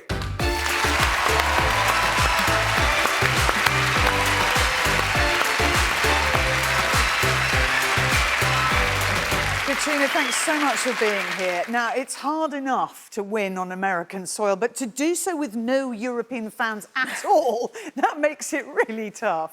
Yeah, it was really difficult, actually. We knew going out there, obviously, because of COVID, we weren't going to have any fans. You know, I felt sorry for the players having no kind of friends and family there, but in a kind of strange sort of way, I think it brought us even closer together as a team. And I think we just went out there with that kind of belief and determination that we were going to beat them and do it for all the fans who were watching back home on TV. Katrina, you are the first European skipper to win back-to-back Solheim Cups, which is just incredible. How proud does that make you? Yeah, I was lucky to have two good teams. I mean, obviously, there's a lot of help in the background from the other vice-captains and everyone from the tour. But, yeah, I mean, it was an amazing achievement. I mean, Glen Eagles was, you know, an amazing finish coming down to Suzanne, you know, the last putt on the last green, and then obviously at Inverness this year. But, you know, I think both teams really came together well, and they just played really well that week. I was just fortunate to be the captain. You mentioned Suzanne there. Suzanne Petterson takes over now as captain. If she asked you for advice, what will you say to her about the role? I think obviously to enjoy it, and you've got to do it. You've got to use your personality and do it your way. But I think communication. All the players, they always they just want to know what's going on, whether they're playing or whether they're not playing. It's true. Communication is the key to everything. Katrina, thank you so much, and it's wonderful to see you tonight. Congratulations again on another stunning success. Thanks very much. Thank you. Voting for the 2021 BBC Sports Personality of the Year is now open. To vote from a mobile, call 62282 and add the number of your favourite. To vote from a landline, call 09015 2282 and add the number of your favourite. For Tom Daly, add 01. For Tyson Fury, add 02. For Adam Peaty, add 03. For Emma Raducanu, add 04. For Raheem Sterling, add 05.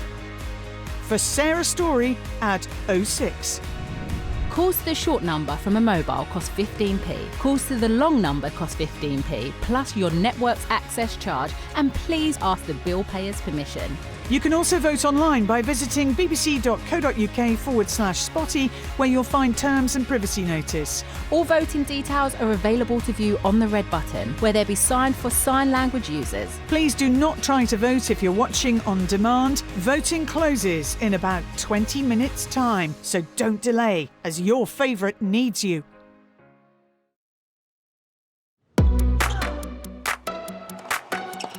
New York glory for Daniil Medvedev. The US Open title was his long-awaited first Grand Slam in the men's singles.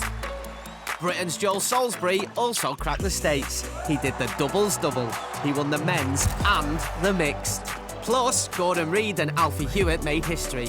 becoming the first pair to win all 4 men's wheelchair double slams in the same season. A net gain for England in New Zealand, their first ever series win there. At close of play in the cricket season, Warwickshire became county champions and Bob Willis Cup winners. The One Day Cup headed to Glamorgan and the Kent Spitfires soared to the T20 title. The marathon moved. Same place, different month. It looked normal. It's always exceptional. Victories to Cissé Lemma and Jocelyn Jatkosgai, Marcel Hoog and Manuela Shah won the wheelchair races. It's been a big year for British jabs. Lawrence Okoli won a world belt at cruiserweight. Hannah Rankin grabbed 2 at super welterweight. Chantel Cameron now has 2 at light welterweight, and Savannah Marshall defended her middleweight title twice. And finally, from striking to biking, Fabio Quartararo won the MotoGP for the first time. While the great Valentino Rossi rode off into the sunset after 26 magnificent seasons and 9 World Championship titles.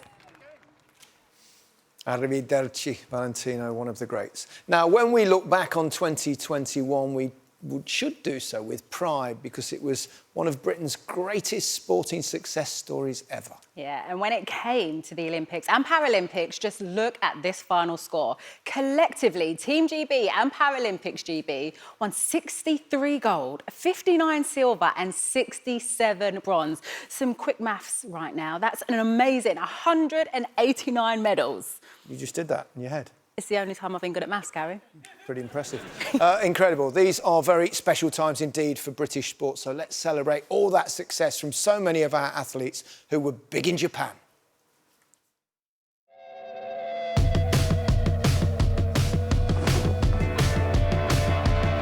No painted trains on the underground, no kids with spray cans jumping over fences. They have produced the perfect performance.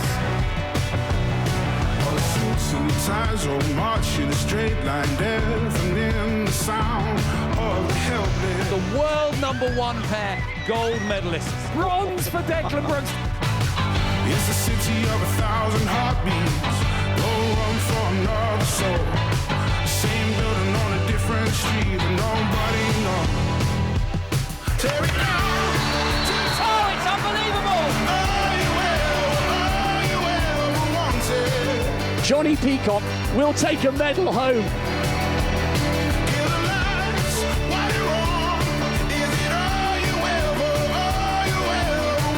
A wonderful double for Ben Watson. Super stuff there from Giles. Mine's a city with 1,000 heartbeats, but we're just trying to keep a dream alive. No sign on a no street I don't recognize. Tear it down till it's gone. All you ever wanted. Britain win gold by miles. Kill the lights while you're on. Is it all you ever wanted? A glittering 5th Olympic gold medal for Laura Kenny. Jason Kenny stands alone in British Olympic history. Yet more marvellous moments there, and it's great to be joined by many of our Olympic and Paralympic heroes tonight who've helped make this such a golden year. Yeah, there they are. And to represent our red, white and blue winning machine, it's an honour to welcome the greatest Team GB sporting couple we have ever seen, Jason and Laura Kenny.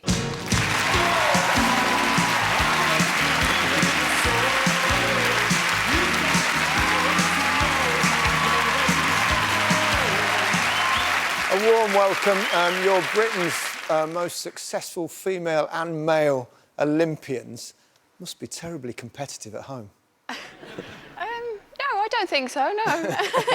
I mean, I think... team, aren't we? Yeah, exactly, yeah. I think in everyday life, no, we're not. It's funny, I feel like I'm more competitive with Albie these days than we are with each other. He hates losing, so every ball game I'm like, no, start. I'm winning. That's where great sportsmen come from, isn't it? It's always my fault when he loses. Yeah, it's always your fault. Well, talking about Albie, look, we see this amazing footage up here. A future Olympian in the making. Talk us through this technique, actually. Well, I mean, it would be embarrassing, wouldn't it, if we couldn't teach a 2.5-year-old to ride a bike? He just picked it up really fast, but he hates it. Like, he just doesn't really like bike riding at all. He's more into football than he is cycling. Yeah, he's football. Gary's smiling at that. Yeah. So maybe you can give us a hand, because we're useless at football. Always available. Babysitting services. Paris, you're going to go again. Add more gold medals. I think that was directed at you, wasn't it? Both of you. I mean, I think it would be, if we wasn't in the team, if we were in the team, sorry, I think it would be stupid not to put our hand up and say, you know what, yeah, I'm ready. But you've got to get in the team, and obviously that's the biggest issue.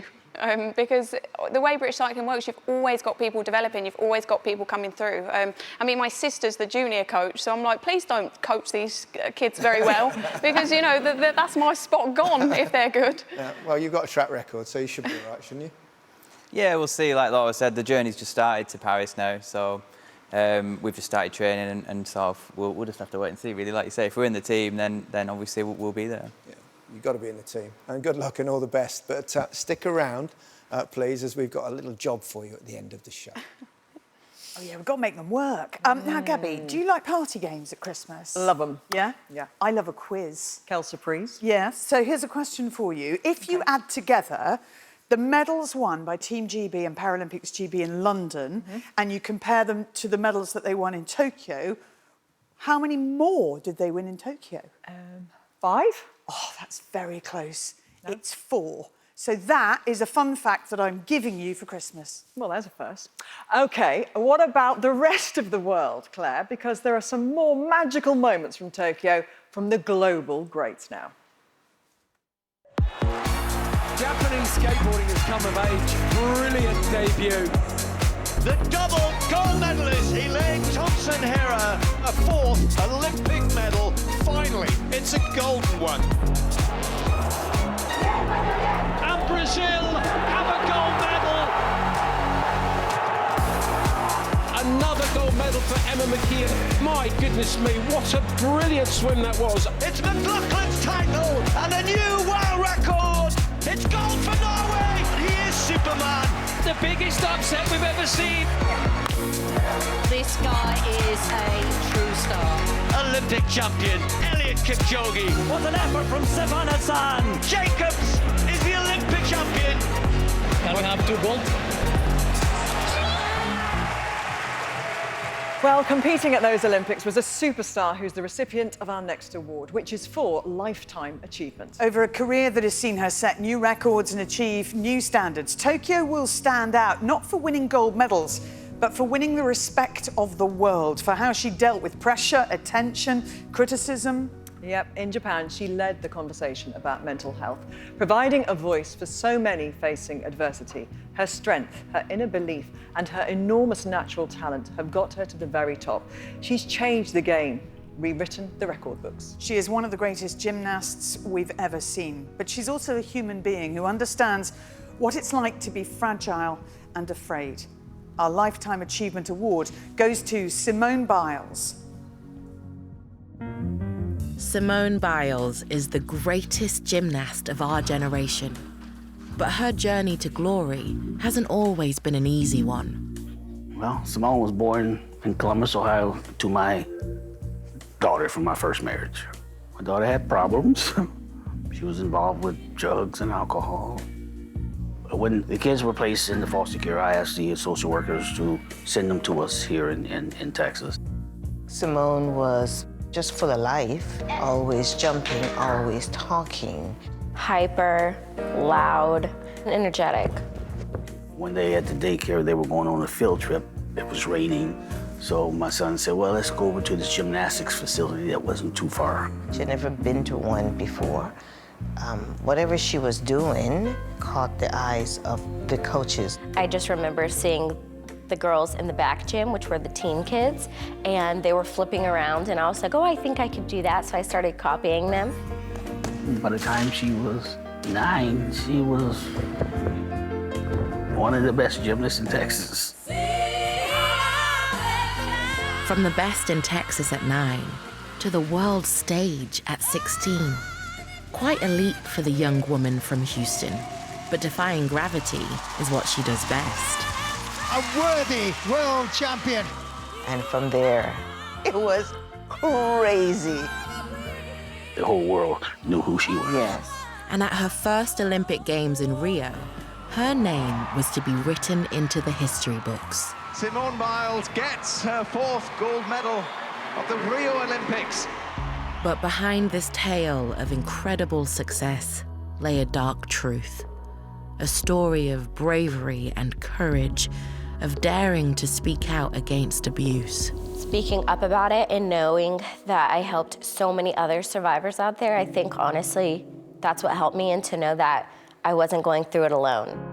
Her story is of bravery, even this summer, when the whole world was watching and expecting. That wasn't what we're accustomed to seeing.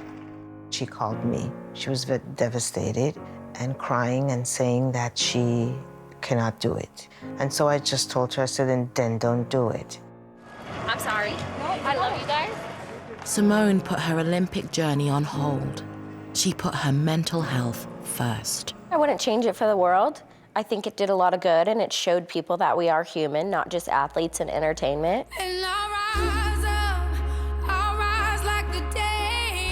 Courageous and not defeated, she stepped up one more time in the Tokyo arena.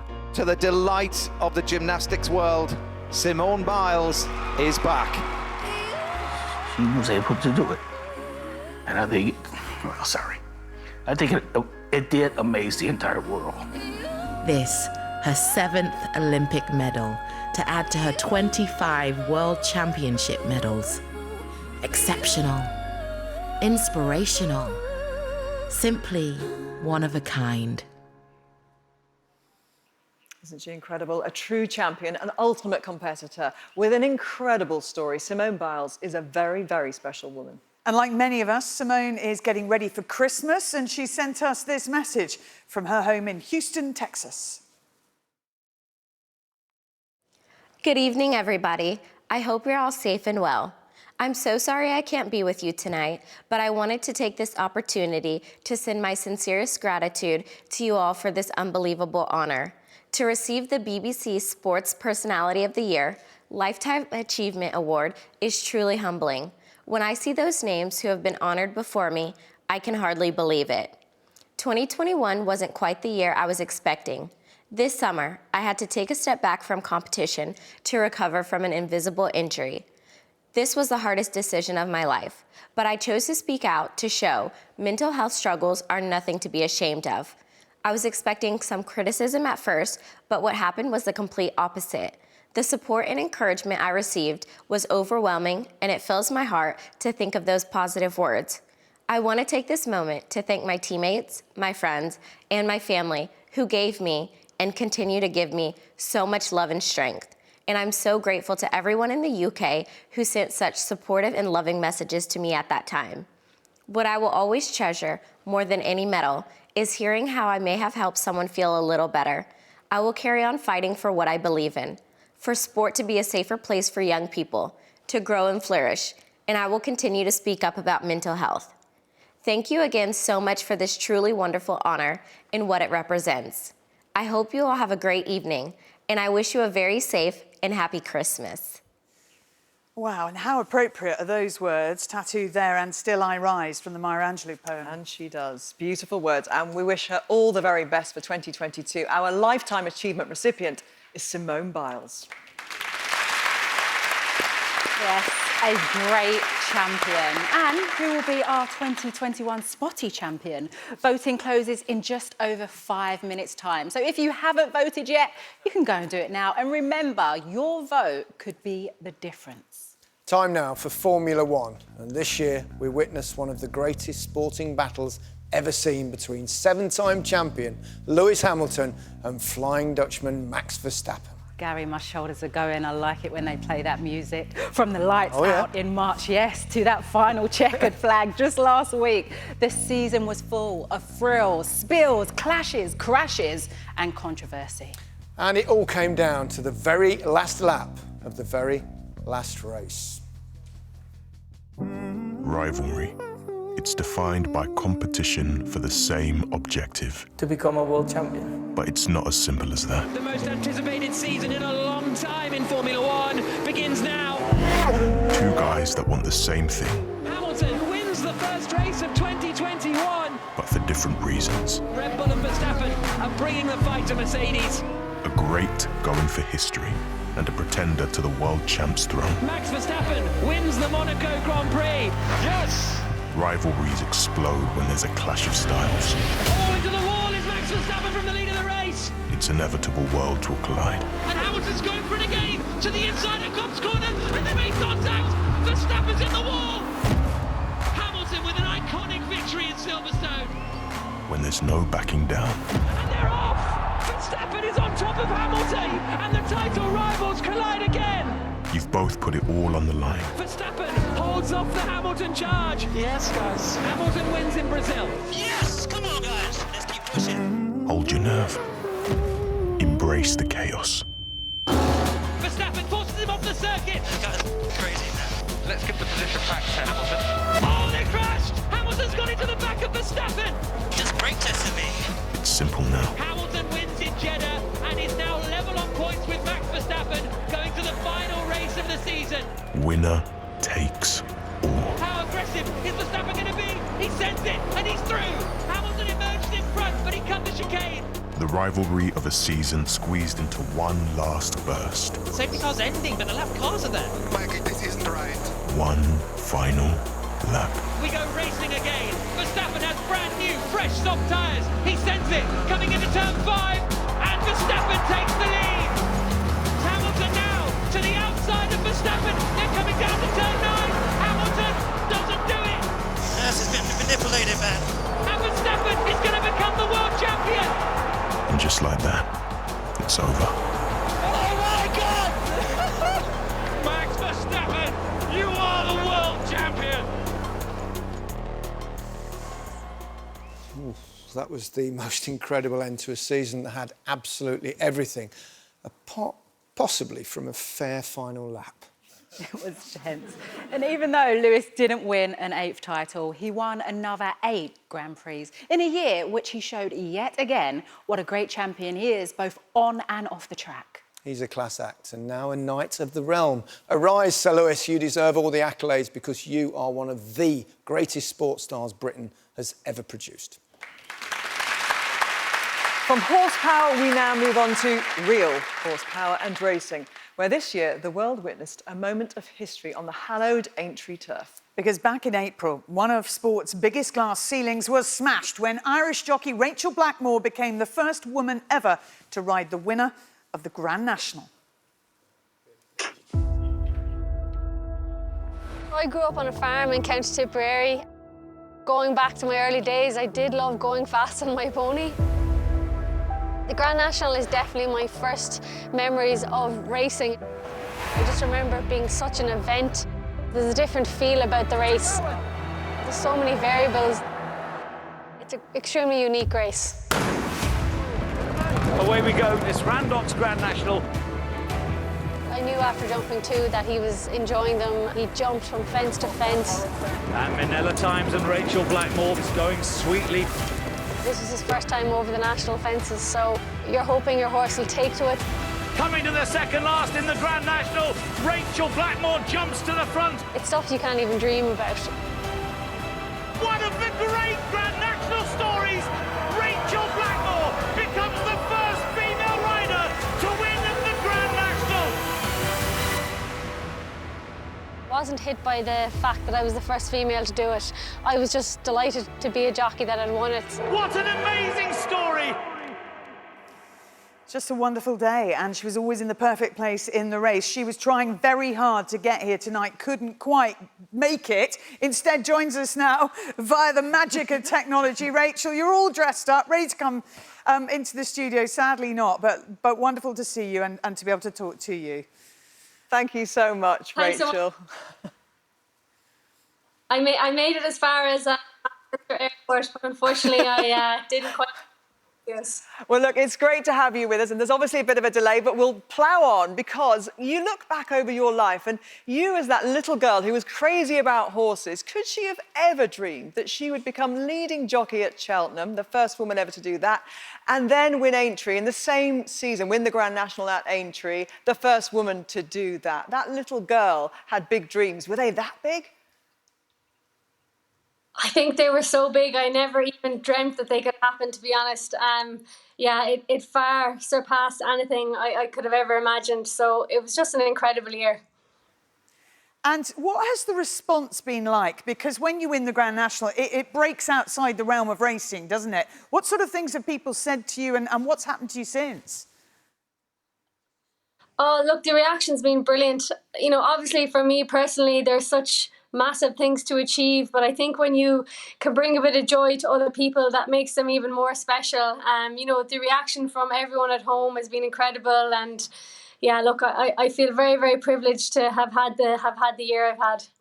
And can I ask you about the thrill of riding in a race? When you're in the Grand National or in any big race like the Champion Hurdle, and you know you're going well enough to win, what's happening in your head?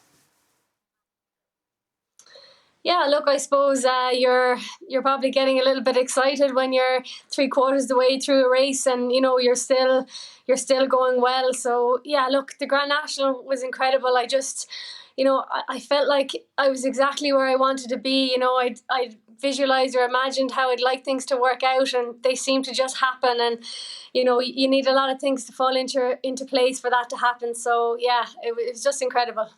Well, keep that link open, Rachel, because we have an award to announce. It is for the World Sports Star.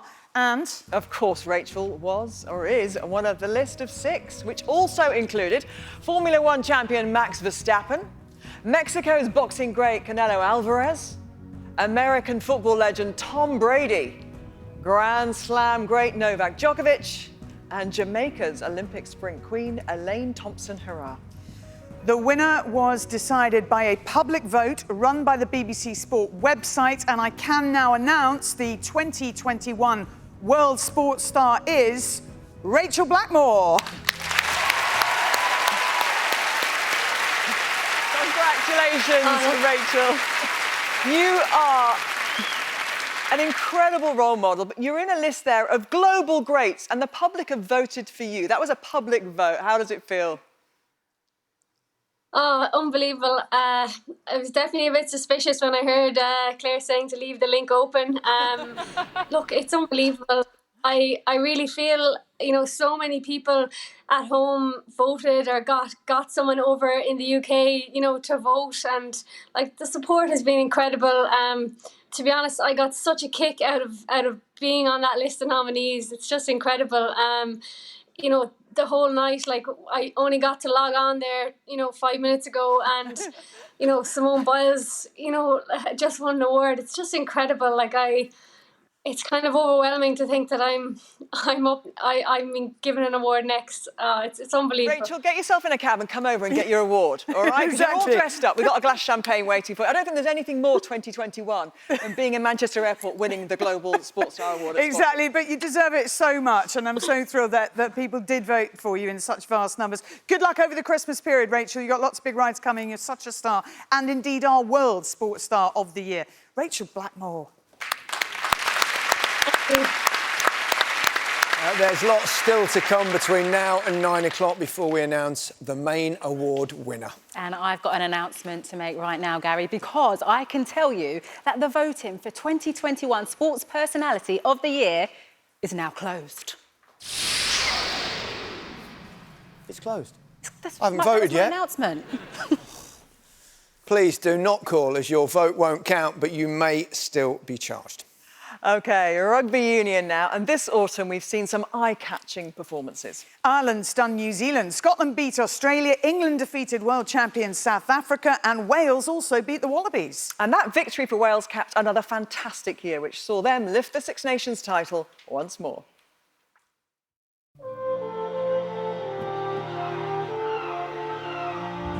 The Six Nations of 2021 is underway. it's a first win for Scotland at Twickenham since 1983. Wales have got away with it. Wales daring to believe again. It's 2 out of 2 for France. Oh, hang on. Got to give us time to Please. Wales win. Who would have thought it? And Ireland take the lead at Murrayfield. Any thoughts of a Grand Slam for France have disappeared at Twickenham. The Grand Slam is on for Wales. A third championship defeat, a poor return for World Cup finalists. For Wales, 1 victory for the Grand Slam. Yellow card for you. Oh, it's down to the wire. Wales are denied. The chase is on for France. And Scotland have won at the death. No title, nothing for France tonight. Everything to those who celebrate 300 miles away in Wales. They have the title. You've got to love the Six Nations, haven't you? Indeed, Jiffy, that's 2 wins from the last 3 Six Nations for Wales. And in the Women's Six Nations, England won a 4th title in 5 years after beating France 10-6 in the final. And then came back-to-back record wins against current world champions New Zealand. In fact, England's women have equalled the men's record of 18 successive wins. It's a World Cup next October, so good luck to them and to Wales, and Scotland hoping to qualify in January. There's also a Rugby League World Cup in England next October, and all 61 matches from the men, women and wheelchair competitions will be shown live and exclusive across all BBC platforms. As for this year, domestic success was dominated by one club who wear a big red V. So let's head to Vegas. That's Johnny Vegas for this report. Welcome to sunny St Helens. My kind of town, my kind of team. Because in 2021, the Saints went marching in big time! First up, the Women's Challenge Cup final. Good night, York! Happy day! At Wembley, the men cut down Classy Cass. A first win since 2008. Make it up in at the corner. St Helens are Challenge Cup winners. Next, the grand final. League leaders Catalan came close, I mean really close, but Saints edged them out. There's no stopping St Helens. What a kick. What a night! What a game! 3 wins in a row! Have it! And then it was the turn of the table-topping women. And the Rhinos got rampage. Make mine a treble! A treble! Mwah! 5 trophies in the bag. Get in! That is why I love you, St Helens. I love you. Oh, and the Saints go marching in!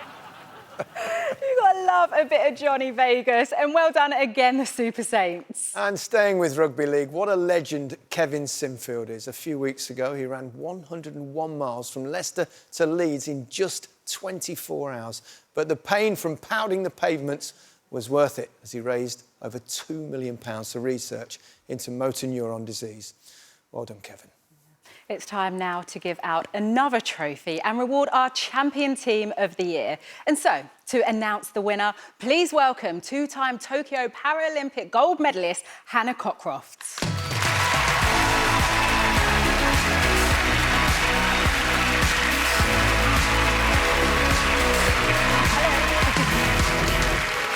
Hannah, thank you very much for being with us, and congratulations on your 2 gold medals in Tokyo. It must have been great to be part of such a successful British team. You know what, it was absolutely amazing. It's one of the nicest teams I've ever been a part of. I think everyone just felt so lucky to be at the Games and to be there, being a part of history. You know, we're never going to have a Games like that again, so to be out there was incredible. Fantastic stuff. Before you announce who's won, let's take a look at the leading contenders.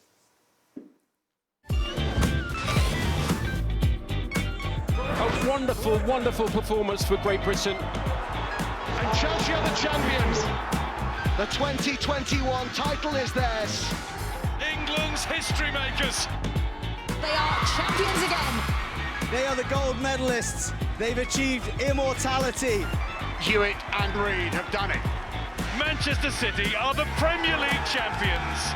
There's no stopping St Helens when it matters the most. Europe have retained the Solheim Cup. Some greats in there. So, Hannah, can you do the honours and reveal our winner, please? The 2021 Team of the Year is the England men's football team.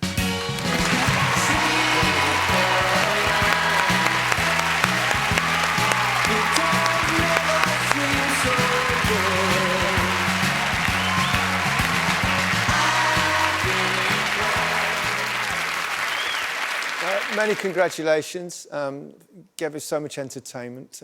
Sum up what this team means to you, this very young team as well, Gareth. I think the fact that they are a team.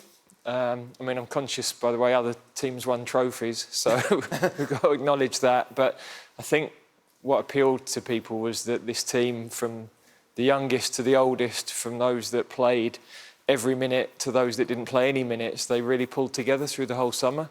And I think they represented the country brilliantly on and off the pitch. They certainly did.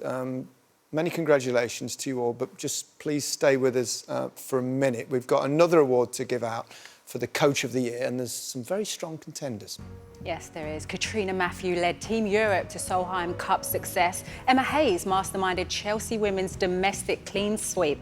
Her male counterpart at Stamford Bridge, Thomas Tuchel, guided the men to that illustrious Champions League crown. Mel Marshall again trained Adam Peaty to Olympic gold. And Jane Figueiredo was the force behind Tom Daley and Matty Lee's 10-metre synchro diving gold in Tokyo. But the expert panel voted unanimously, and the 2021 Coach of the Year is... It's you, Gareth. Gareth, congratulations. Before we hear from you, Jude, I just want to ask you, can you give us some insight into what Gareth is like as a coach? And Jude, before you do, say something nice.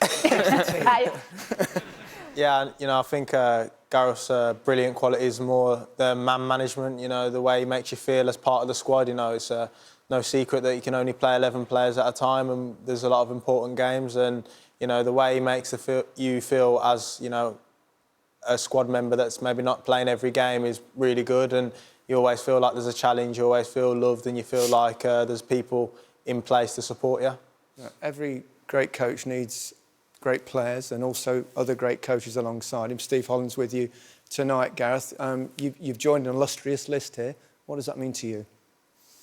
Well, I know a lot of the coaches there who are outstanding. We've got some brilliant talent in this country. So, but you're right, I can't do that without Steve in particular, without all the staff that work with the team. Managing in football now is a very complex business. And yeah, so I'm very fortunate I work with good people, and they make it a lot easier for me. OK, thank you, Hannah, our award presenter. And congratulations once again to the England men's football team and Coach of the Year, Gareth Southgate. A huge congratulations. Thank you.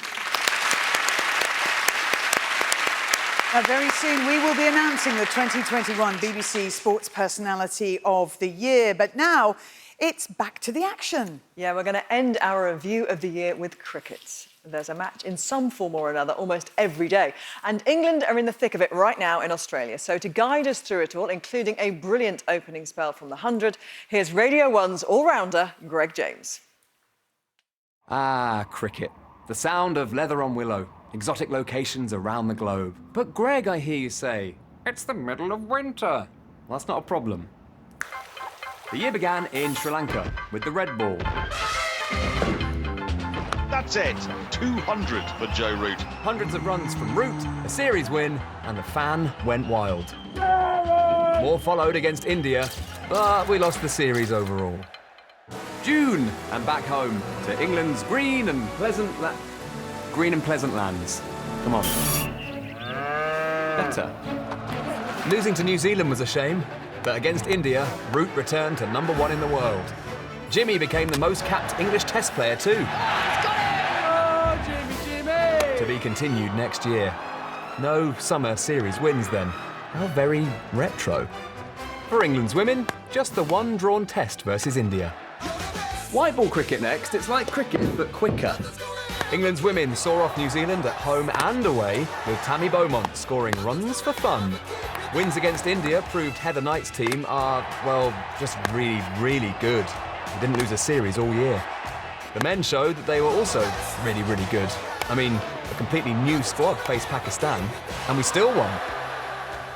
I know what you're thinking. You want a new format. It's like cricket, but shorter. With very loud shirts. And there goes the ball over the boundary. Oh, is this the most wonderful catch? I think it is. Boulder! Oh, he's got it! The 100. Oval Invincibles and Southern Braves smashed it. Now, where were we? England, semi-final, T20 World Cup against New Zealand. And we lost. The Aussies, champions. How depressing. There's one last gift delivered direct from down under just in time for Christmas. The Ashes. Not the best of starts, but we could have predicted that. Couldn't make it out to Australia myself. It's fine, didn't want to be there anyway. I don't think we needed that green screen. That would have been fine. I love that. Brilliant stuff from Greg James. It's been quite a year, though, for Joe Root, hasn't it? And right now he's involved in the pretty tough business of captaining England in that Ashes series. Yeah, it's approaching the end of the second test in Adelaide, and the current situation for England, it's not brilliant. 82 for 4, chasing a target of 468 to win. So let's hope Joe and the team can pull it round. Big ask. Tonight, we've seen the true power of sport. So now it's time for us to come together once more and pay our respects to some of our beloved friends we sadly said goodbye to over the past 12 months. Whether on or around the field of play, the sporting family is a very special one. Memories created last forever. We will always remember you.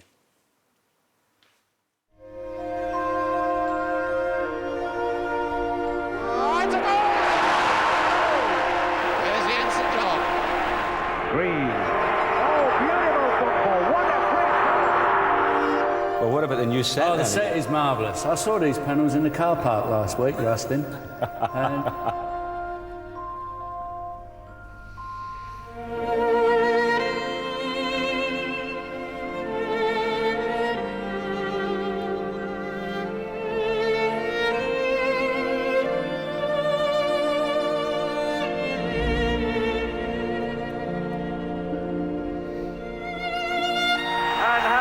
retained the middleweight championship of the world.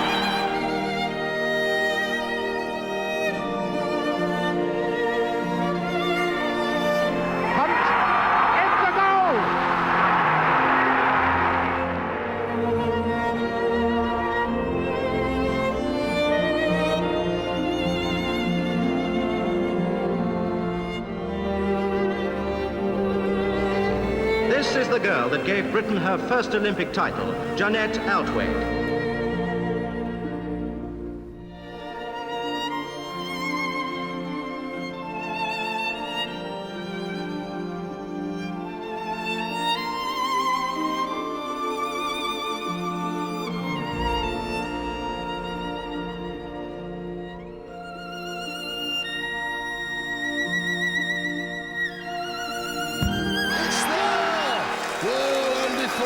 You've got fans all over the world. You are the champion.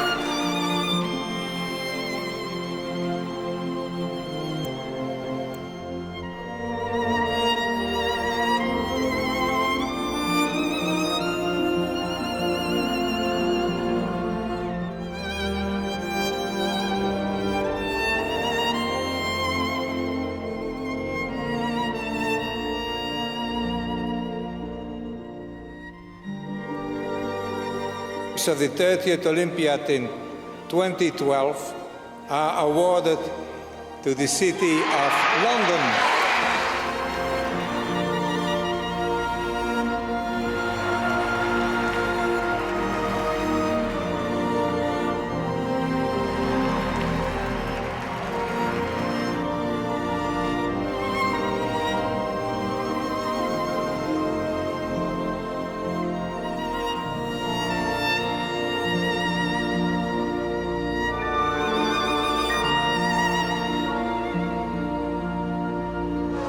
got to stop because I've got a lump in my throat.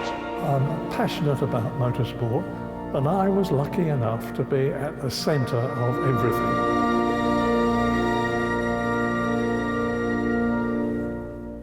A beautiful reflection, remembering many loved ones who have sadly departed. And there are further tributes to the friends we've lost over the last 12 months on the BBC Sport website.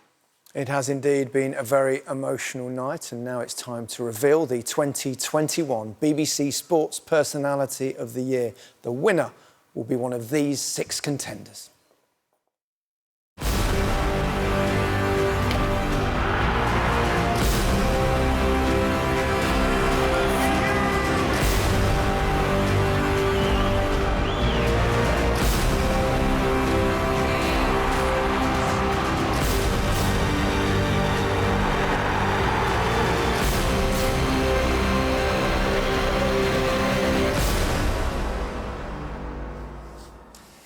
Six sporting stars from 6 different sports, some who have been competing at the top level for decades, others right at the start of their professional career. And to announce our top 3, in this wonder year, we welcome back to the stage Britain's record-breaking Olympic gold and cycling couple, Jason and Laura Kenny.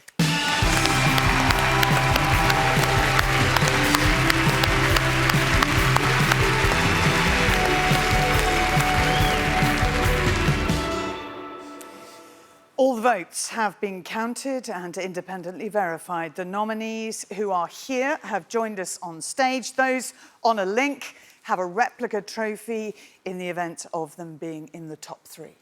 So, Laura, it's down to you to reveal 3rd place, please.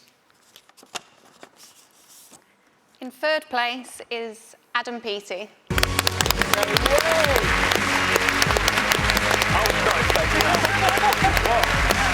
Thank you. It's this one, isn't it? Is it? I don't know. Thank you. Thank you. Take the wrong one. Thank you. A huge congratulations, Adam. Jason, can you please reveal who the runner-up is, please? In 2nd place is Tom Daly.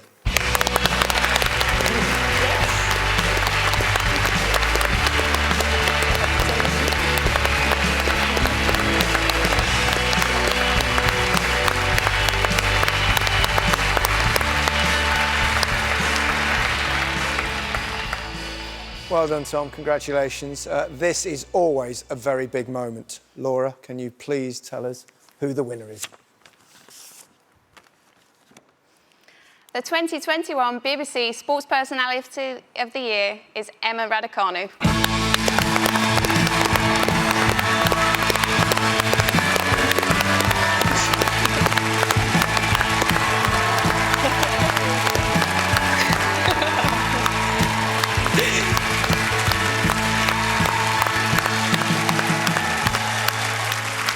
Many congratulations, Emma. We've got a bigger trophy here that we'll give you when you come back eventually. Would you be kind enough, please, to say a few words? Thank you. I mean, it's such an honour just to be amongst these nominees, and congrats to you for such an amazing year and all your achievements. So to win, it's really pretty amazing to me. But yeah, I am really happy with this, of course, and I've watched Sports Personality of the Year growing up, so I'm really humbled to join the amazing past winners.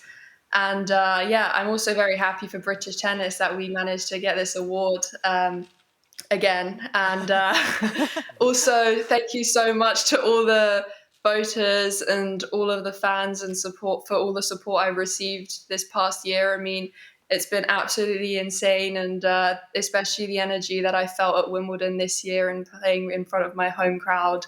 That was something that, you know, I've never felt before. So thank you very much. And also, I'd like to say a big thank you to my team. Thank you for all your hard work and efforts over the years. My team, my past coaches, LTA, my family and friends. So thank you so much. Yeah, and congrats to everyone else's teams as well, because it's definitely a team effort. So yeah, thanks to everyone, and see you soon. Fantastic stuff. I hope that's cheered up self-isolation as well. The 2021 BBC Sports Personality of the Year is Emma Raducanu. Thank you. Oh, congratulations to Emma, and thank you to all our sports stars for making this such an incredible year. Yeah, and to all of you at home too, a big thanks for your company this evening. From all of us here, have a very happy and healthy Christmas. Good night.